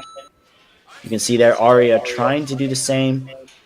She hops onto that disc, going to take one extra swing and get out of there as Ananisa is dismounting from the TikTok. And this might be wraps if she can make that transfer. She does. Good skipping tech out of Ananisa. She's going to pull back, dismount, and still not out of it. Aria is coming up to that rope slider. Can she reach the monkey bar? Yes, she can. Ananisa, on the other hand, just has the lily pads and the sky hooks to go. Going to take one backswing. What's she going to do? She's going to pop right in, give a little backswing, grab that bear trap slider, and come on down with the buzzer. An incredibly fast time as well for Ananisa Truong. Aria Riddico still moving. Got a little slipped up there. Oh, no. Oh, I think she actually skipped the nunchuck slider. Look like she might have taken a little fall there. So she's going to pull her way back. Or maybe she just thought she dismounted and did not. There's the clean landing. Very smooth steps across. Has 17 seconds to finish the sky hooks here, which definitely more than enough time to get through. She just got to pop it right there. Going to move on to that slider and hop on down. Good dismount. Great buzzer. Beautiful runs out of both of these athletes. Very excited to see how Ananisa does against Emily in the next round, and excited to see how Arya handles the comeback bracket. Definitely capable of returning from the comeback bracket to the winner's bracket. Well, up until that nunchuck slider, Arya was pushing the exact same pace as Nisa there. And it might have just come down to that second obstacle where Arya got a little bit hung up on her dismount on the ring toss, and Nisa managed to pull away with it. So we're going to wait on that. We're going to let those athletes rest for a little bit. We're coming over to the comeback bracket for the mature kids male. We're going to have Alaric versus Harris. I believe they've both had 3 races now. So they're going to be both pretty familiar with this course. Alaric going pretty consistent all the way through, and Harris was really pushing the pace in his last race, if I recall. So this is going to be a good one right here. Alaric on the right. I agree. 100%. Harris has actually looked to be getting a little more comfortable with every single race, getting faster and faster. There's that skip and go. He's going to pull right ahead. It honestly makes it seem like that first race, maybe he just wasn't completely comfortable with the course, but now that he's used to it, he is speeding along and has a whole 2 obstacle lead now over Alaric. Alaric trying to turn himself around and get the dismount, but he misses. His foot touches back. He's going to have to try it again. Harris going for a big skip, passes that rope, speeding through the quad steps, and is going to jump right into that slider. Not a problem. He's going to pull right back and move on up. Alaric still on that disc, most likely, as we see that there is no official. Oh, wait, no, he's on. He's on to that TikTok. Never mind. Well, he so could Alaric still definitely catch not up. out of it yet. Yeah, absolutely. Definitely not out of it yet. But Harris is not giving him much room to make any more mistakes. As we see Alaric actually stumbles on that he stumbled on that TikTok, and Harris linked that first move on the skyhook to the buzzer. 102. I believe that's his fastest time today. So we'll see how much faster Harris is going to get as the competition continues to raise in stakes. I mean, gotta say, Alaric might have taken a little bit of a fall there, but it's just because Harris was pushing his pace so hard. And that's one of those things that these athletes, really need to unlock that next level for themselves, is they need that little bit of a push. It looks like we're going to be going to Reese Chaplin versus Josiah Birmingham next. Yep, there we go. So we got Josiah on the left. He's coached by Matt D'Amico. And on the right, we got Reese, one of Lucas Reality's students. So here we go. They're both looking really ready. I think they've actually got matching hair today too. So the battle of the man buns. We saw Josiah really, really push, but right now he's actually a little swing behind Reese. Reese is going to drop right down, but Josiah with the fast footwork, he's going to give one little twist and pop. Who's going to get out of there? Josiah taking an extra swing. Reese on that turnaround and through the TikTok. Josiah's going to have to go for that skip that he did last time, and he does. Pulls ahead. Huge move out of Josiah. He's going to pull himself up to those. That might be the best use of speed into those monkey bars I've seen today. Great dismount, but Reese is catching up. I think that extra backswing for Josiah might have allowed Reese to close the gap a little bit. It's going to come down to the skyhooks. Josiah, big hop right there. Oh, Reese no. actually trips up on the lily pads, and that's going to do it. He actually goes down twice, perhaps rushed a little bit too much, knowing that Josiah was just ahead of him, tried to close that gap, and maybe took his eyes off of where he currently was. Gotta give it to Josiah. He was behind, but he knew he needed to make a big move. And we saw it on that TikTok that he did the one step, absolutely huge commitment type of move, and something that I don't think we're going to see that much of today. But we might have to see these athletes sort of pushing their pace and pushing their comfort zones and trying to take more risks like he just did there to get the win. Next up, Jim Peabody, one of Gavin Obi's athletes on the left, Connor Hughes. and the Triple M Ninja Mason Morris on the right. It's going to be another really good one. Both of these athletes are super fast. Both of them super high up in the power rankings and in the standings in our regions, Northeast and New England. We can see it looks like Mason's a little bit ahead here, getting the dismount a little earlier. Moving quick. And Connor, oh my gosh, taking a front flip over the last agility piece, but he hits the platform and he does not fail it. So he gets style points in my book. Let's see if he can get this link. He might need it to catch up, and he does. Mason on the TikTok. Now we've got Connor on the TikTok. Mason the first to dismount. Connor one swing behind. Mason is quickly moving into the ladder here. He is not letting up. You see him making these big moves. I think that might be the fastest we've seen anyone get through the ladder out of Mason. That was really impressive. Connor's got to really dial it in here to catch up, and he almost has to hope that Mason makes a small mistake, but he is starting to run away with it. And it's all going to come down right now to the sky hooks. Can he do it clean? First try. And it looks like that is all she wrote. Mason gets his dismount and hits the buzzer. Connor just a little behind. Looks like he got caught up on one of the sliders. And great run from both athletes. Sorry to say that's going to be the end of the road for Connor. I love seeing that kid run courses, and he's just such a great guy. But Mason moving on. And look at that front flip dismount. I hope that kid is okay. I hope that didn't affect the rest of his run. Well, I think that might have been the turning point for Connor's run. And you could see as he hits the buzzer, clearly disappointed in himself, but definitely has a lot to be proud of. This was his 4th or 5th race today, and he came in with the same amount of energy as he did on his first race. Has a lot to be proud of for sure. Yeah, he had races against a lot of tough athletes earlier, and he's managed to keep it dialed in the whole time. And now, the battle for the Josephs. Which Joseph are we going to get? Joseph St. Pierre on the left? Joseph's going to win. I think Joseph will win. For sure. And unfortunately, I think Joseph will also lose. So we'll see which one. That's a bit of a hot take there, Will. What can I say? I'm controversial. And there we go. Both Josephs making it through quickly, getting to the last peg ball and getting off. Joey St. Pierre a little bit ahead. That turn and kick is just so fast, but oh man, Joseph Comerford making the linked dismount. Joey on the spinning disc getting a little bit hung up, but now they're both on the TikToks. Oh man. Huge moves from Joseph Comerford. He's kind of twisted around on that ladder, but he's going to work his way back up. And here comes Joseph St. Pierre. Big skips again. He's going to go for an early dismount, which pays off. He's not that far behind. This is neck and neck again. Pulls up. And now they're both on the lily pads. Joseph Comerford getting a little on the skyhooks first. He's going to take one backswing. Joseph St. Pierre's looking. He goes for the skip last minute, and he takes the win. Super hype. 58 seconds for the clear versus 1 minute. Oh my goodness, what a crazy last move. Oh man, I love it when they switch who's in the lead, and then small risk-taking maneuvers are all that sort of separates it. You see on the right there, Joseph Comerford had that little turnaround on the monkey bars, and that let Joey catch up, and he took the risk there of linking those moves with some Gibbon swings and got the buzzer just a hair first, just a hair ahead, and that's all it takes. These battles, these races are coming down to less than a second sometimes. And here we go. We're now going to see comeback bracket. We got Mila and Francis.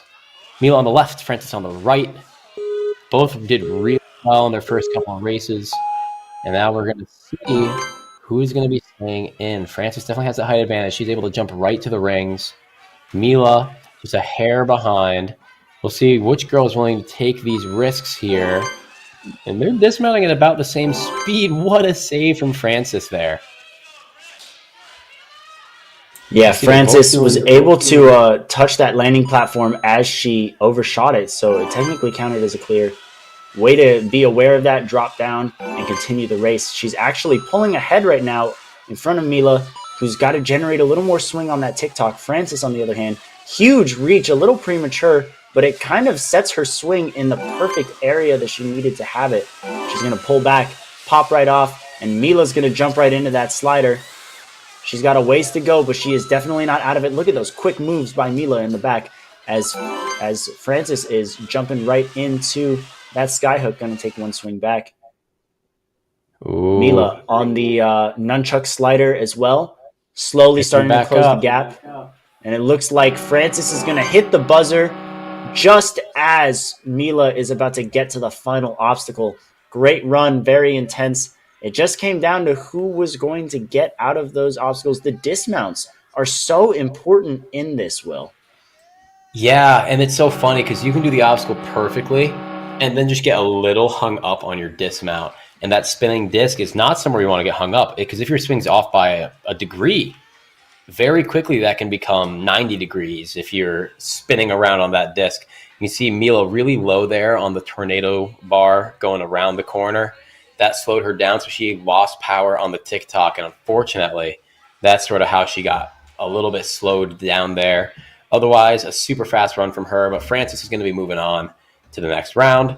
And Francis is going to go up against one of these girls, either Hope Charbonnet or Kylie Rector. Kylie coming out of Hamden, Hope coming out of Ninja Mania. Now, both of these athletes put up pretty solid runs. They were more clean than not, for sure. It's going to come down to that rope slider for the two of them. I know that I remember had Hope, a couple of struggles there.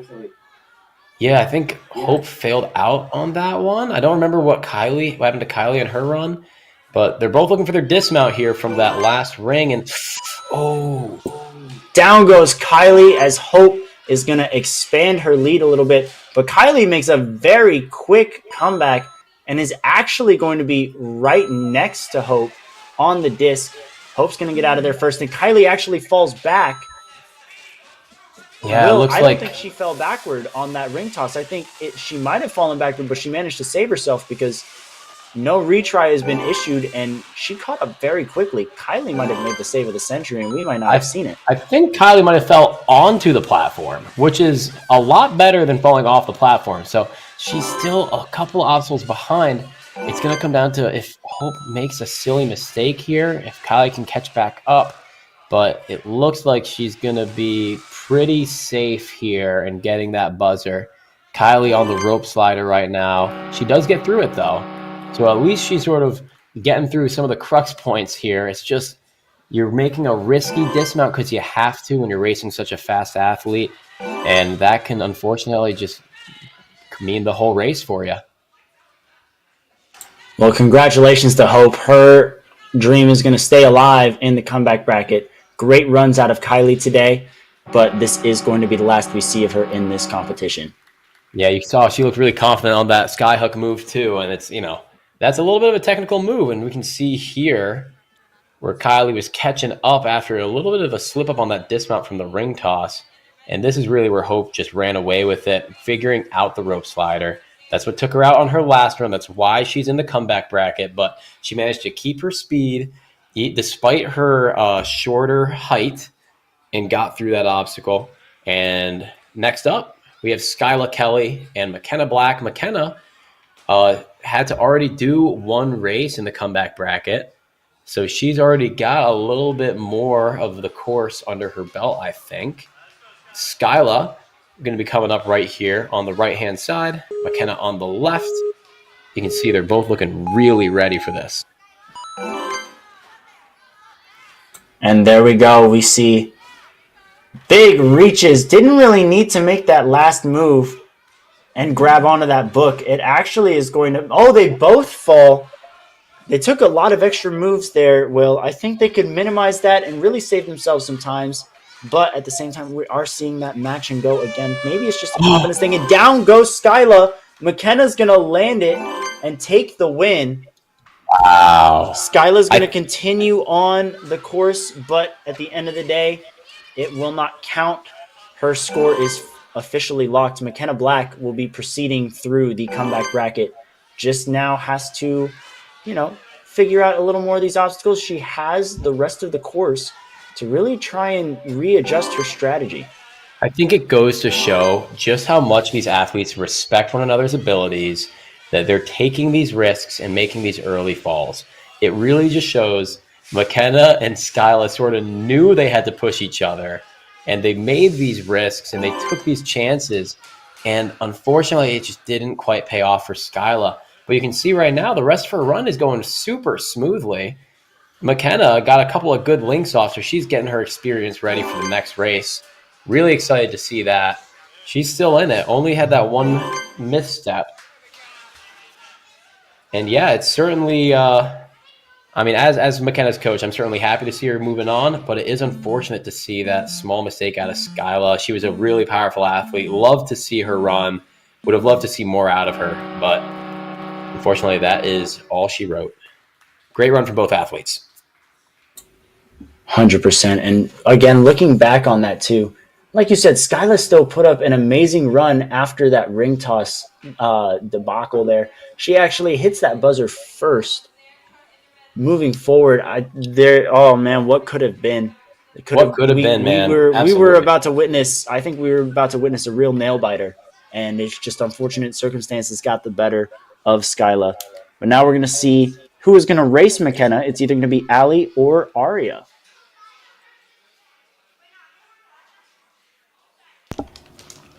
And there we go. We got Allie on the left, Aria on the right. Aria has been getting a little hung up on the ring toss. I'm curious to see how she adjusts her technique here.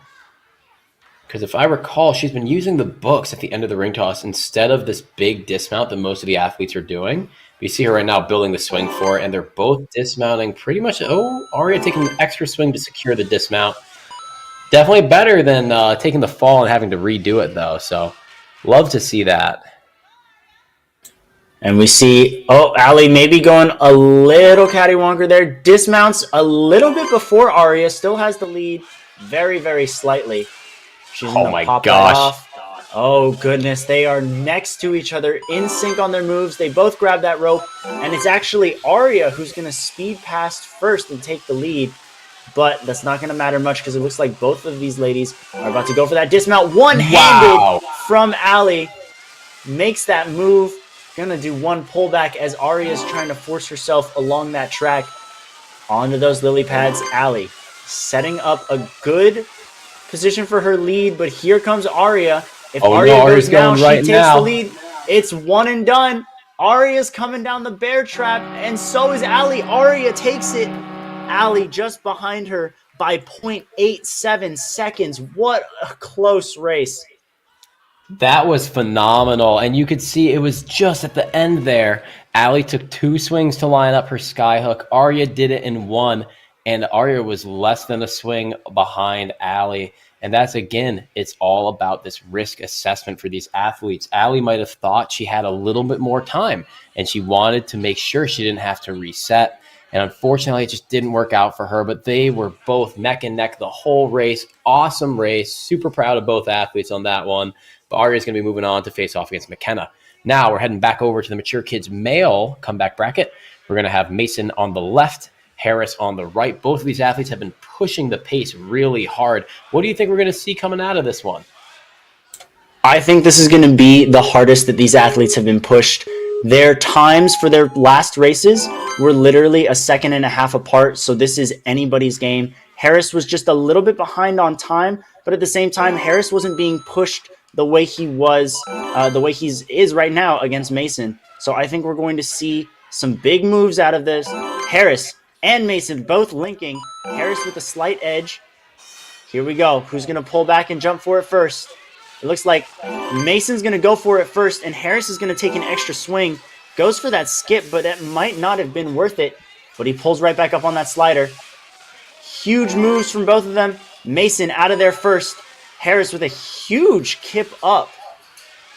Who's going that was sweet to see. Skyhooks first, because the skyhooks might be the deciding factor here. Mason, Harris, both on the skyhooks. Harris linking the move, reaches for the bear trap, skips the ring entirely, hits the buzzer. Wow. And what a clutch performance out of Harris Pupovic. That was insane. What an ending to that run.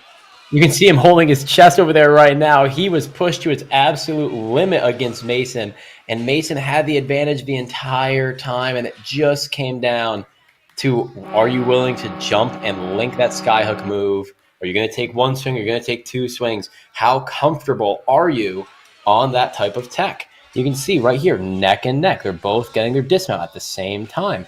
Right here, same deal. Mason is slightly ahead, but Harris with that huge underbar dismount and just managing to eke it out because he jump linked while Mason took a backswing. Just like the last one we saw with Arya and Ali, it just came down to that last obstacle. I think we're going to see a lot of these matches come down to that last obstacle.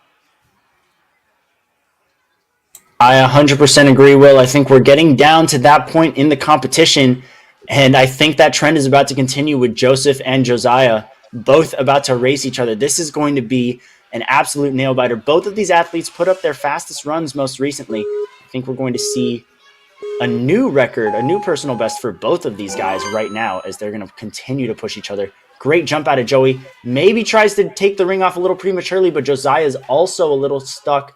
Go for the big skip. Both dismount. Joey's a little ahead. Josiah actually misses the dismount and is going to have to try again on the ring toss.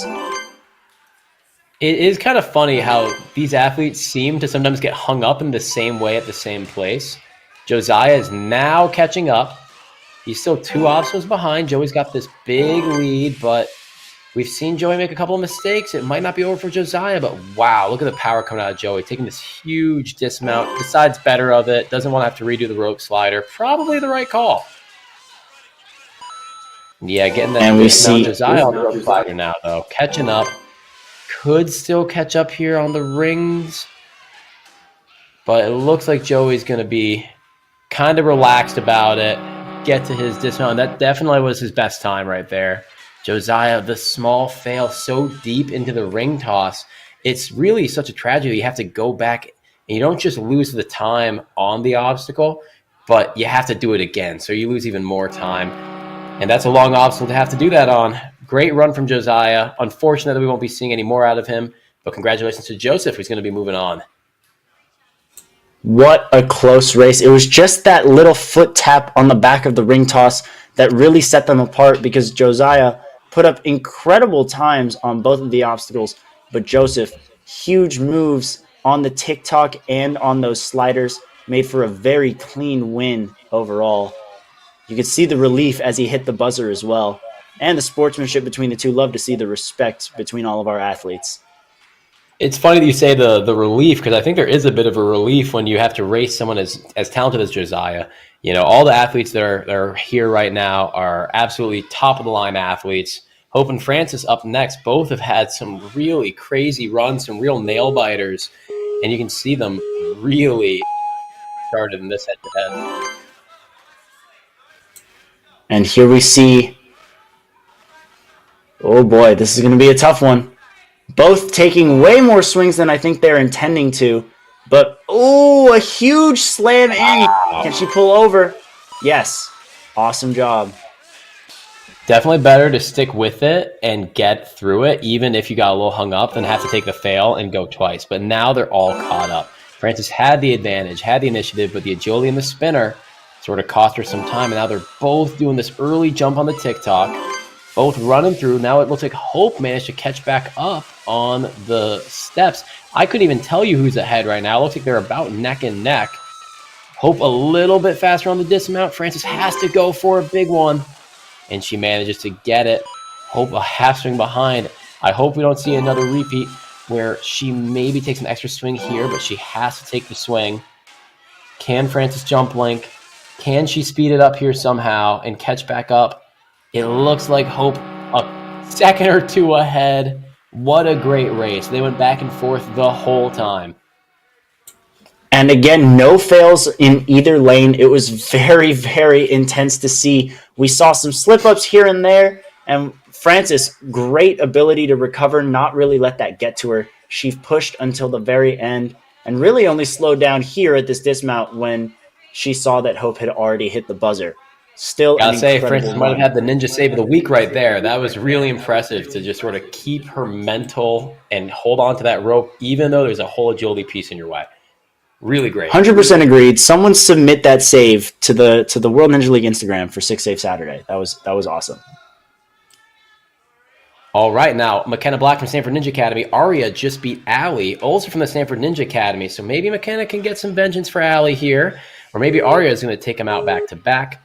we're going to see right now as they get ready. McKenna's super fast. She was pushing the pace all in that last match that she had.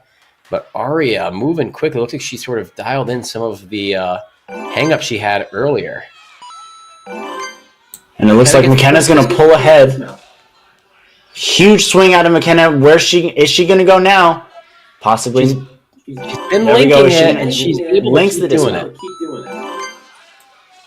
But Aria not far behind at all. Good use of the speed into the TikTok. Can maybe go now. Is going to take an extra swing, and that's going to allow McKenna to really put some distance between them. Good moves on that ladder.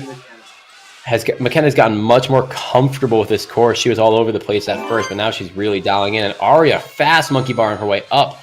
She is caught back up. This is going to come down to the last two obstacles again, I think. Oh, McKenna taking an extra swing for her dismount. She's got to touch that box and move forward. She does, but man, was it close. Aria on her tail. Who's going to do it first? It looks like McKenna's a half swing ahead, but you could make up the distance right now. Aria gets to it first. Aria takes it against McKenna. Wow. Wow. What a 0.7-second differential between the two. A nail-biter race that really comes down to how those ladies forced the slider down the track. We could see maybe a little cleaner on Aria's side there. Is it was just that split second that made the difference to the buzzer. That was an incredible race, back and forth on both ends, where we saw McKenna take maybe a little more cautious approach on the lily pads. We saw Aria sprinting across them to cover ground, and it just great urgency out of both athletes.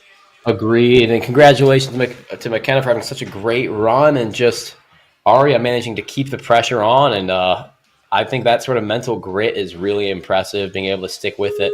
Now, here we go, back over to the mature kids.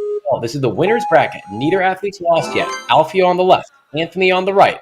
Both have had such incredible, clean runs. Alfio's been dismounting from there, and he does it again, so he takes a little bit of a lead against Anthony. Anthony decided to take 2 moves there on the ring toss, but now it looks like he's caught back up on the spinning disc there, and now they're neck and neck going into the TikTok. Who is it going to be here? They both get the dismount. It looked like Alfio got a little hung up maybe. I think Anthony's just a tiny bit ahead, but they're both taking these quick, big dismounts. Anthony just a quarter second ahead still, but Alfio catches back up, and now they're neck and neck again. Oh no, Anthony on the lily pads looks up for half a second, and that's all Alfio needs to take the run back. Oh my gosh, I think that's wow, that was a really great maneuver by Anthony there, but you can see him falling on the floor.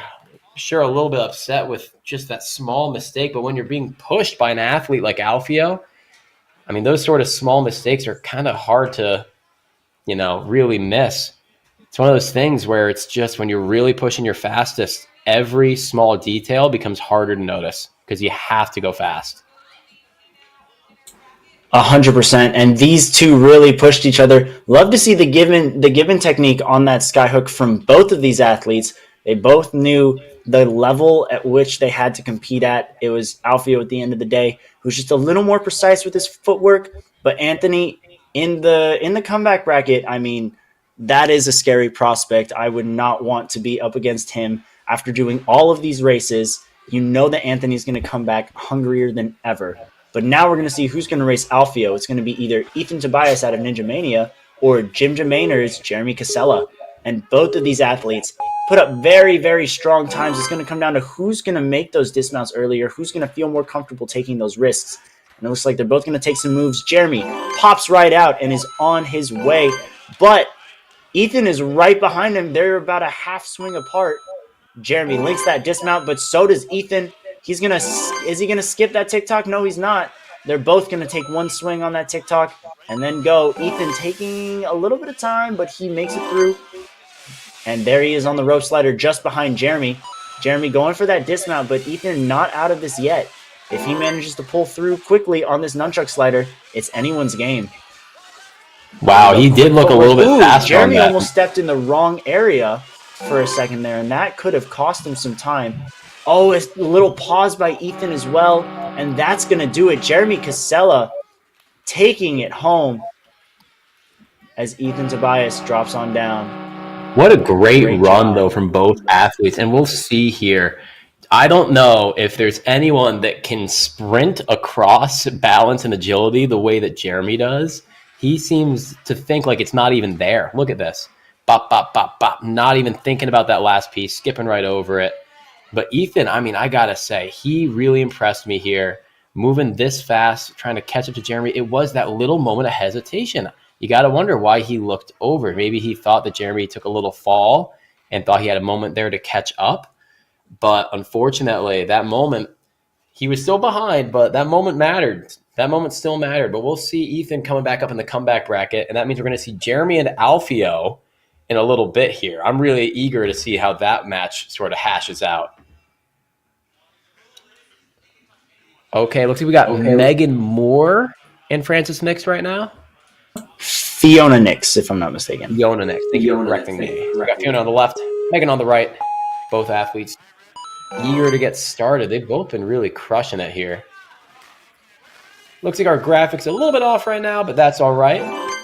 We'll keep tabs as best we can as Megan moves through here. Megan with a very smooth run on this front half.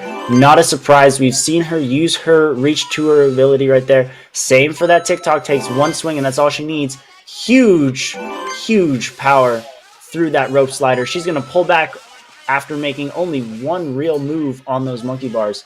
And Fiona, the pressure is put on her right now as Megan Moore is speeding her way through. Now let's see what her tactic on the skyhooks are going to be. Looks like it's just going to be the traditional grab and go. She does have the ability to wait a little bit and take that slower approach. Megan Moore hitting that buzzer. Fiona Nix going to end off with a buzzer of her own. She's going to enter the comeback bracket with the experience needed to possibly come back and get a rematch against Megan in the future. I hope we see that because it looked like they were pressuring each other pretty well here. It's one of those things where, I mean, Megan being the world champion, it seems like she has small little tech on most of these obstacles. It just makes her a hair faster. It's not that Fiona made any mistakes. It seemed like Megan just had the tiny bit more to give on everything. And we'll see how they go moving forward. So next up, we got Emily and Nisa. These two girls, no one's lost yet. So these girls have been working their way up the winner's bracket. You can see they're seated second and third. So this is going to be one of our tightest matches that we should be seeing today. And the winner's going to go against Megan. And the loser's going to make their way into the comeback bracket with Fiona. Not actually facing Fiona right away, but having to earn your way back up. And here we go. We've got Nisa on the left, Emily on the right. Just awaiting the go-ahead from the officials. I love the seriousness out of these athletes. They look like they're really eager to get going. And Nisa jumping straight to the hooks, Emily using the rope, but both dismounting at about the same time. And you can see it doesn't just come down to doing the obstacles fast, but it also comes down to being able to, to get the in-between of the obstacles quickly. You see there, Nisa going for the link on the spinning disc and unfortunately taking a small fall, but she is trying to catch back up now to Emily. Emily trying to not give Nisa the chance, making her way quickly, maybe having to build some swing, though. That's an opportunity for her to catch back up. And you see it, and Nisa coming in quick, taking a huge dismount. She had to do it. Calculated risk to catch up to Emily. And maybe she can link through the skyhooks if Emily doesn't. It's possible. She's catching up now. But Emily on the last ring already. It looks like she's going to get that buzzer. She's moving on to face Megan Moore. Ananisa going to go to the comeback bracket. And, I mean, we definitely have a good chance of seeing Ananisa come back up. She had a great run. Emily, just absolutely flawless performance. Ananisa had to take a risk in order to try and beat her.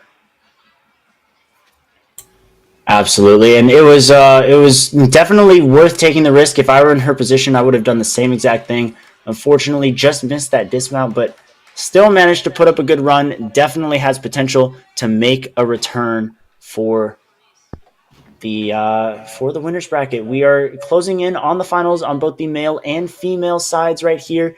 these next few battles will be for the final four, and it's going to be between Joseph St. Pierre and Anthony DeSimone first. Oh gosh, man, what a race! This Both is these a tough athletes have one. been crushing it. It's all going to come down Both. to that risk assessment again. It's are you going to have to take a risk to beat such a talented athlete? If you do, are you going to make that mistake, or are you going to be able to keep going? So far, they are neck and neck doing the exact same thing. I'm betting they're both going to link, and Joey, unfortunately, a little behind. But Anthony's got to just keep moving now. Joey taking an extra swing, too, on the spinning disc. Let's see if he can catch back up. But Tank, not going to let him, it looks like. He's really pushing for that speed, even though he's ahead. That's what you got to do. That's just respect for the athlete, respect for your opponent. You don't let up just because you're ahead. You got to show that you're giving it your all, because they are too. And here goes Anthony with another given through the sky hooks on that bear trap. Beautiful dismount to the buzzer there. And you know what? Props to Joey, though, because he did not let anyone face him in this tournament. No matter how tough his opponent was, he just ran his own race, his own way, and it paid off for him. Unfortunately, just a little dismount malfunction there, essentially. Right there, you see it. He just touches his foot down, but definitely came in with the same aggression every single race, and it's that type of consistency that we love to see. So with that spinning disc, we're seeing two types of linked dismounts here. The one that Joey tried to do is the faster one, where you lâcher low and fast, you grab the spinning disc, and you kind of underbar pop yourself forward. And that's a little bit riskier because you have to get all your lâcher momentum from the trapeze behind you. The other option is to hit a big old link position, and that's slower because you have to deal with the whole swing after you catch the disc, but it's maybe a little bit more consistent. So we'll see which one these athletes take moving forward. Now we got Harris and Ethan, the Ninja Mania Showdown. These guys, I'm sure, have raced a lot at their own gym right here. So this is just going to be like another day of training for these guys, and they are off. Moving quickly. Looks like Ethan's about one move ahead. We'll see if Harris can catch it up.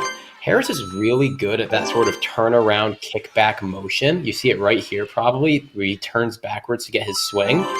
And wow, on the edge of the box for both athletes. They are really pushing each other. And they got to do it in one. It looks like they're both going for it. Harris has liked to skip the rope, but he had to do it there. He knew Ethan was going in one. He had to do the same thing. Who's faster on the monkey bars? Who's going to get the dismount? It looks like Ethan's a swing ahead. But can he keep it? Will he take any risks? Harris catching back up actually on that swing. Looked like he had a better dismount sort of setup. And Harris has been linking these skyhooks, and he's doing it again right here. But he misses the bear trap, and it's going to come down to the wire here. Who got that? Oh, 0.3 of a second. Harris stays alive. Even with that missed link, I was holding my breath waiting for that. I'm not going to lie. I was waiting for a time to jump into that run, but I was just so nervous about that. They were so close. By far the closest race we've had in this division. And look at that. Both really just full sending it off the bear trap there. Harris just a hair before Ethan right there. And he'll be racing in the final four against Anthony DeSimone. Did you see Ethan pulled on that bear trap so hard he actually knocked the ring out of the bear trap? That kid has that was real claim that crazy. Moving on. But now we're going to go see who's going to be in the final four for the Mature Kids female. We're going to start with Fiona next and Aria. They're going to be facing off right here, head to head. Aria has had a bunch of close matches here. Real nail biters, but she's been getting better every single run. Fiona, I think, just got here from the winner's bracket, so she's had a lot of wins under her belt up in the winner's bracket, being very comfortable. First time down here in the comeback bracket. We'll see how she does. A little bit ahead on that dismount right now. See if she can keep that up. Good move out of Fiona right there. She's going to give a very big pull on the TikTok, maybe one more. And Aria can't sleep on her. This is the section of the course where she actually tends to make her comebacks. So Fiona cannot let up right now. Going very smoothly through the ladder. Matching technique, actually, instead of going hand over hand. There's that dismount. And here comes Aria not far behind. She's making very quick, smaller movements, but here comes that pull again. Meanwhile, Fiona is trying to dismount a little off center, but she lands on that landing platform and is going to move through those lily pads. It's going to come down to those sky hooks. But this stretch right here is what Arya excels at. And here she comes, taking one backswing. Lands on that bear trap, though. Fiona to the buzzer. And that's going to do it for Arya Riddico. Fiona nicks just a little too fast on that ending for her. Great run out of both athletes. I love seeing Fiona finish and then just come over to watch Arya to give support. We're all in the same game here. We all love the same sport. And just, these athletes see each other all the time on courses. They've all become friends, and that's just a really great thing to see here. She comes over to watch and cheer on Arya on that buzzer. Really great. Good community. So Fiona in the final four now. And we're going to see if it's going to be Hope or Ananisa joining them. You see they're seated third and fourth.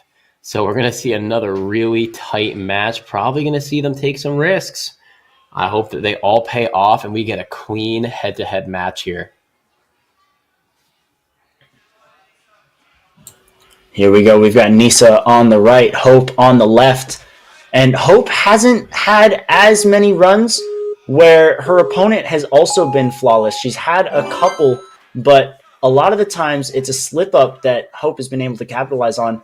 Nisa, very unlikely she's going to give Hope that window. And here we go. They're both moving. Hope with a slight lead over Nisa, but Nisa's going to pop off first. Hope's going to link the dismount and pull ahead.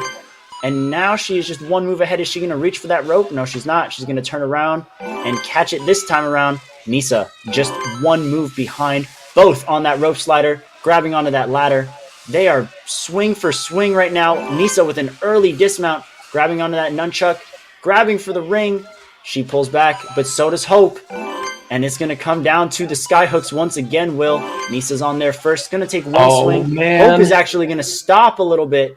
And Nisa, down goes Hope. Nisa's going to grab that bear trap and hop down to the buzzer, taking the win. Hope going to finish out strong, but that is going to do it for her today. Hope took the risk she needed to catch up and manage to take over Nisa, and it just didn't pay off that time. You saw it looked like she almost ran straight off the platform, coming in a little too hot, maybe didn't quite realize where the rings were on that side or something. But what a great race. You can see here Hope was ahead, got the better linked dismount off the spinning disc, but Nisa made it up a little bit on every obstacle and managed to take it home right here with that killer buzzer. One arm in from Hope right there. Great run from both athletes. Really, really awesome. And so that's your top four right there. It's going to be Fiona, Nisa, Megan, and Emily. This is an incredibly stacked tournament here. I cannot believe the races that we're seeing, especially as we're getting deeper into the competition. The races are only getting tougher. Like this one, the battle for, at the very least, top three. It's going to be Anthony DeSimone versus Harris Pupovic. And this is going to be a tough one.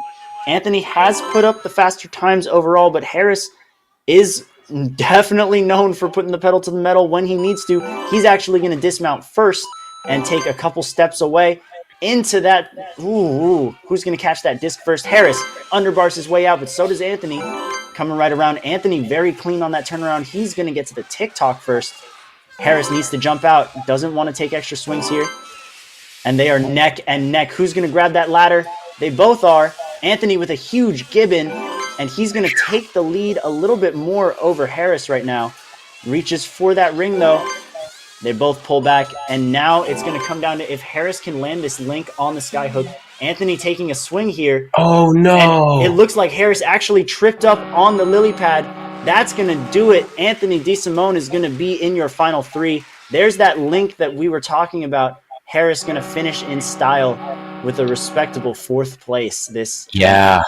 If Harris had gotten through those lily pads and linked those skyhooks like he just did there at the end, he totally might have had Anthony on that. What a great, great run. These athletes are, I mean, we're all pushing each other here. This is really fantastic. I'm having a great time watching that, having these guys just absolutely crush these courses back to back to back. and watch them get more comfortable and more quick every time.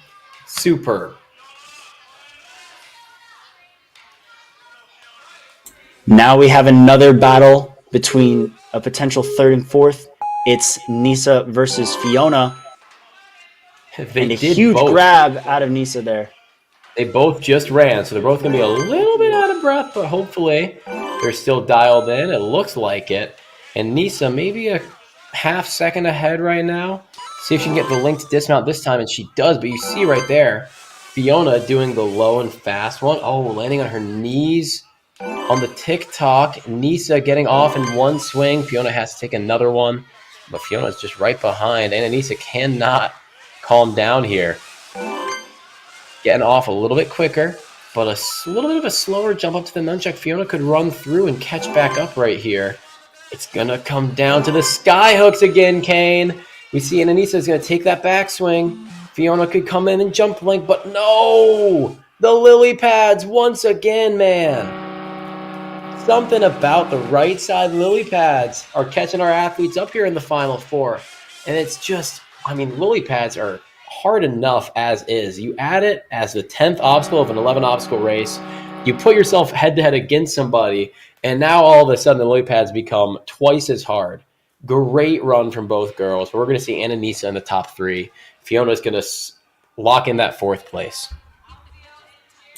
And I really think it's just a matter of the lily pads are an obstacle that these athletes can beat, but they're already looking and thinking about the skyhooks that maybe their focus is just shifting away from the lily pads. It's taken out Harris and Fiona now and been the difference between third and fourth place. So we'll see if that continues as we enter our winners bracket. We've got Alfio and Jeremy for the male division for mature kids. It's going to be a tight one for sure. Kane, I am so excited about this race. I think Alfio has really been showing off some killer upper body skips, lashaying from way far back. Jeremy has been sprinting through every agility. This is going to be such a good race. You see Jeremy a little ahead here, but getting hung up. They both get hung up on their agility. What an insane race. And oh no! Alfio actually goes down. And Jeremy's going to pull through. He's going to get the win and go on to the top two. Alfio is going to have to race Anthony DeSimone for third. You see Alfio now, though, trying to get some experience because he knows he has another race. He might as well practice his skips right now. We saw him do a running jump link off of that big old trapeze into the spinning disc. We'll probably see that in his next run, which will be quite shortly.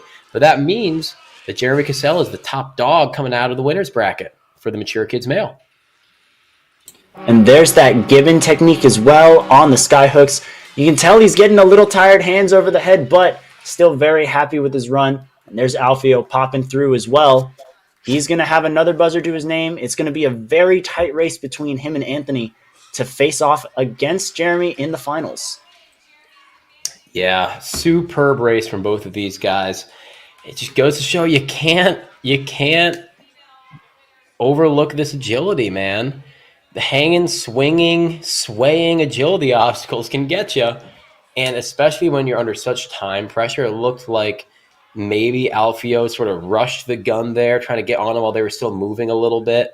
But he knew he needed to if he was going to take over from Jeremy.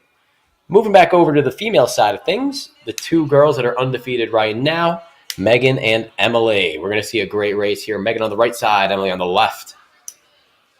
What, do you think we're going to see some big skips? Where do you think we're going to see some skips here, Kane? Well, this first half has been Megan Moore's all the way. Her reach has really benefited her on the ring toss and on a lot of these other moves. We can see Emily being a little more aggressive with the dismount. She knows that Megan's going to push her, but look at the strides out of Megan as well. And again, that pop, using that reach, Megan is really starting to pull through. And again, this reach over to the rope can also be done very easily for Megan. Now it's going to be a battle to the finish because we know Emily can turn on the jets on this back half. And right now, Megan, not the cleanest slide on the rope, but Emily actually tripped up on the TikTok. And that's going to give Megan a little bit more wiggle room. Man, You can Megan see her kind really of had moving me over. biting my nails there because she failed the rope slider in her ghost run. It looked like that was about to happen again, but now she's getting through this nice and clean. 2 obstacles ahead. She's going to take it from over Emily. She's going to move on. She is the winner of the winners bracket, and we're going to see Emily and Ananisa go back to back again. They've already battled once, and Anissa missed her linked dismount on the spinning disc. So we're going to see Emily finish up her course here, and we're going to see her and Ananisa go back to back at it again. I'm really excited to see that one. And there you go. Emily wrapping it up, giving Megan a little knuckle touch. Love the camaraderie. And let's see right here. Emily takes the early lead.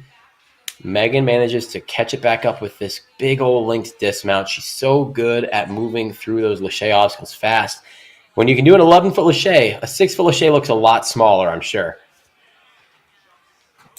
Absolutely. I mean, mad props to that as well, because my max lache is 11 right now, but that's not important. So no, I've got my hands on 12. I've got my hands on 12. I just keep healing. Just gonna Mine's clarify that 13, there. and I'm worried that Megan's going to get there in the next year, you know?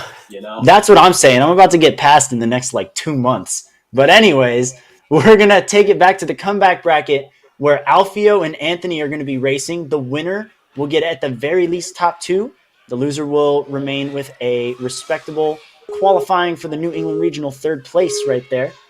They're going to be facing Jeremy Casella in the finals. So we know our top 3, and it's just going to come down to the placement. Alfio with a 1-move ring toss out of there a little quicker, but Alfio makes a mistake on his dismount. They failed him. I don't think they should have. No, definitely an accidental button click there. I think they're actually going to stop the race and tell them to redo it because of the malfunction. We can't track Alfio's time if his run is technically considered over. So we're going to give Anthony that fail as well. They're going to send him back to the starting line, and we're going to run it through with a fewer misclicks. What a shame, because Anthony was running ahead on that race. Hate to see it for him, but maybe that's going to get a little bit in their heads, and there's going to still be a little advantage for Anthony. Hate to see it, but at least we're going to get the rerun. We're going to get a fair race here. I would much rather see 2 clean runs than another silly mistake out of either of them. So I'm pretty happy we're going to get a better race out of it. Couldn't agree more, Will. And it looks like both of our athletes are just going to walk right back up to the starting line. We're not going to bother with the female 3rd place race just yet. We don't need to give them that rest time. They are ready to go one more time.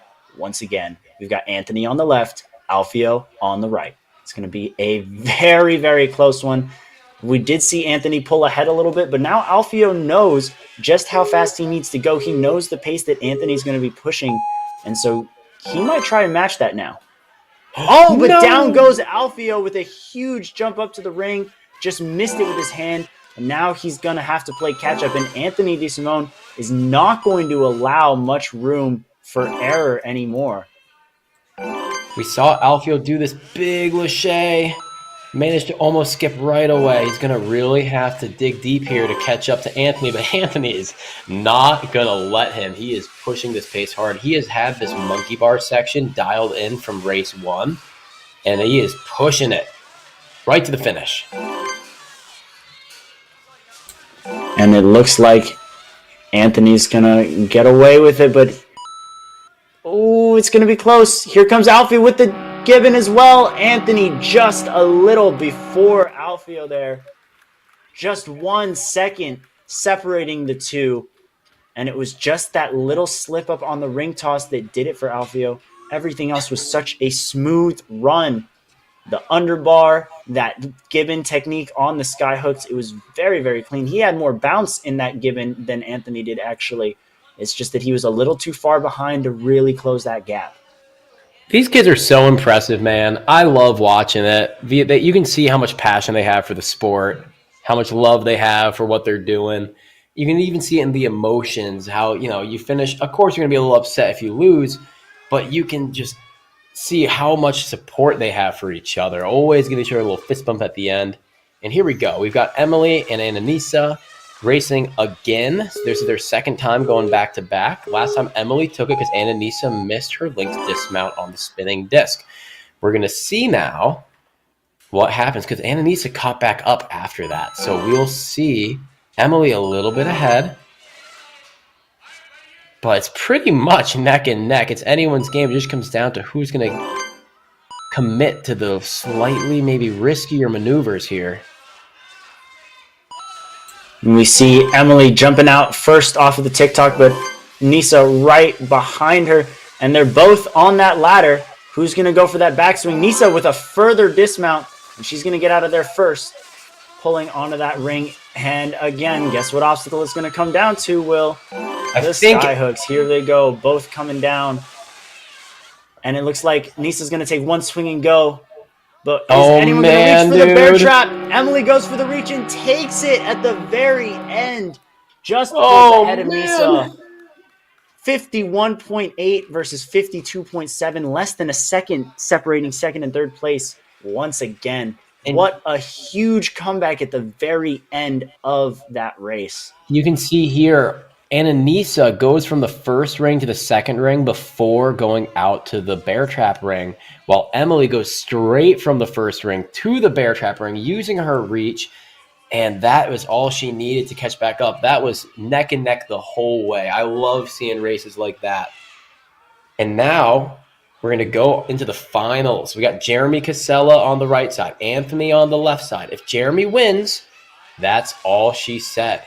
Jeremy has been undefeated this whole day. If Anthony wins, they're going to have to race one more time and settle it there. So let's see. These guys are teammates. They race all the time. Looks like Anthony got to the rings a little bit quicker, but Jeremy's going for an earlier dismount and is taking a quick lead there. Wow. Yeah, I am very, very shocked at this right now.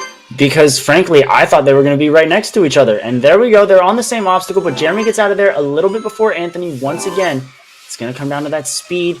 Anthony really whipped through that, but Jeremy with quick pops on that ladder. They are just back and forth right now. Jeremy's going to pull back and go, but so is Anthony.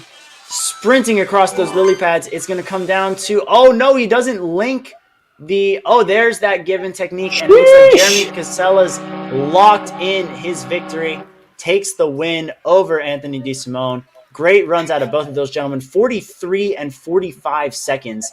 I did say we would see sub 45. Jeremy Casella delivering that in the finals, being pushed against the next fastest athlete in his division in Anthony. What an incredible race. Well, maybe my 37-second prediction was a little bit overzealous, but you can see here at the end, after they both hit their buzzers, these are some tired boys. Look at this, that hug, the camaraderie. Love to see it. They've been pushing each other and being pushed by all these other athletes the entire time. Congratulations to Jeremy, though. He is going to be the champ. So I think it sort of pans out with Jeremy in first, Anthony in second, and Alfio in third. That's a very, very good top three. Congratulations to those boys. Next up, we've got the last two mature kids female, Megan and Emily. Again, if Megan wins, and Megan has won against Emily already, then Megan is going to be the champion. But Emily has had a little bit more race time, a little bit more time on the course. She'll have a slight comfort on the course that Megan doesn't. So Emily could come back and win two races back-to-back to become your champion. And this could be a very interesting race here. Megan seemed to have been a little behind. I mentioned that she was actually very dominant on the first half, but Emily had the jump on her in their last race on those earlier obstacles. I think without any slip-ups, we're going to see another very close race, and I do think it's going to come down to who has the moves on both the TikTok and the skyhooks. Yeah, I don't think either girl linked the skyhooks in their last run, and that's all Emily might need here. Now, real quick, before our last race here, we're going to get a quick word from our sponsors. Who do we got coming in here, Kane? Well, first off, this event would not be possible without the NinjaWorks timing system. They power so many of our major events, including our Premier Series finals, our World Championships for Tier 1 and Tier 2, and of course, this very head-to-head event For more information to make a NinjaWorks ID, you can go to ninjaworks.com. Now, we talked about the timing, but we also have so many awesome obstacles, and a lot of obstacles are sponsored, of course, by none other than DGS. DGS Ninja has been making some of the greatest obstacles of our generation, partnering with some amazing course designers such as Brett Sims and Matt Bradley. They've created some very unique ideas that we've been able to have accessible in these gyms thanks to DGS.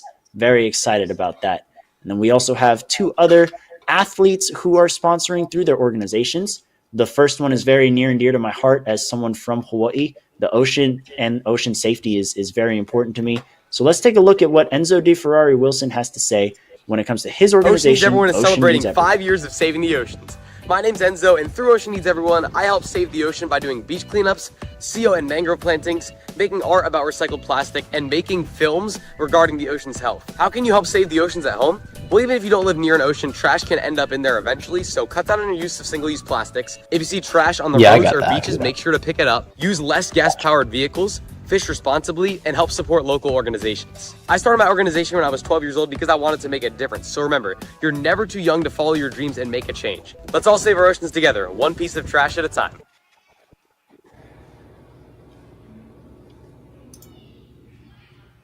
All right, and we've also got one more sponsor that we got to shout out here. Premier Series finalist Joseph Rouse is the owner and creator of Slap Chalk, something that we've seen a lot of the athletes here in the head-to-head racing using.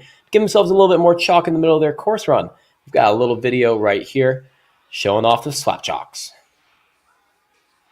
Has this ever happened to you? Where's my chalk bag? Ooh, I have a solution for that. Slap chalks!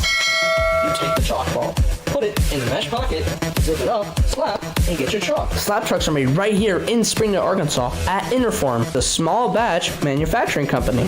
We're helping our community and providing local jobs to minorities and women of diverse backgrounds. I'm Joseph Rao, Ninja Warrior, rock climber, and the CEO of Slap Chalks.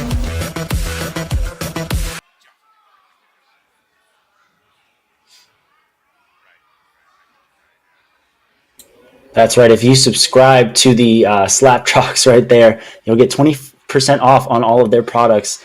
And it looks like we are now ready for the championship race, or what could be the championship race of our Mature Kids female division. Megan Moore has to win this to secure the championship. Emily has to win this to keep her chance at the championship alive. And here we are with a big pullback from both of them. Who's going to go for that dismount first? Emily taking an extra move, and that opens the door for Megan to dismount early and take that lead. She's going to pop right over and pop right off a beautiful link off of that disc. And Emily now is having to play catch up, and that's not a position you want to be in against Megan Moore at all. This is the Premier Series champion, the world champion. This is not an opponent you want to give an opportunity to pass you. But here goes Megan onto that nunchuck slider, pulls back one more time, and just has the lily pads and the sky hooks to go through. And right now, wobbling a little bit, but she's going to jump right into those sky hooks, reach over for the bear trap, drop down, and secure the W. Megan Moore takes home the win at this head-to-head test event. Very huge congratulations to her for being our tournament champion. And congratulations as well to Emily Balco for taking second place. Very, very strong run. No fails, ending with a buzzer. Man, Megan really had me on the edge of my seat there when she got to those lily pads. I would have really hated to see another one go down to a small mistake on those lily pads right here. But she managed to stay dialed. There's a reason she's the world champion. And she also linked through the skyhooks, which I'm not sure she did before then.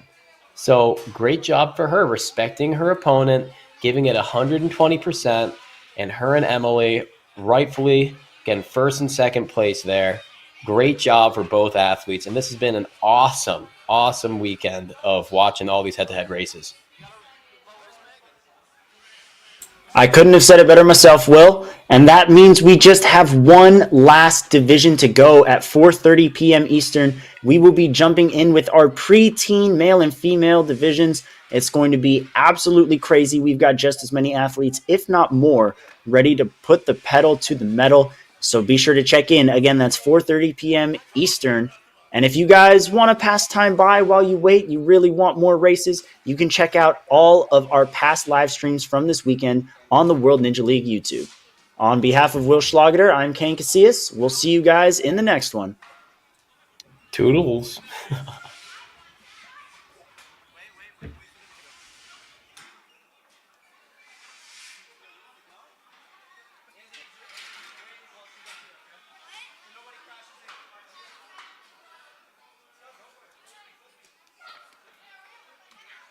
Try and run through, don't jump on it.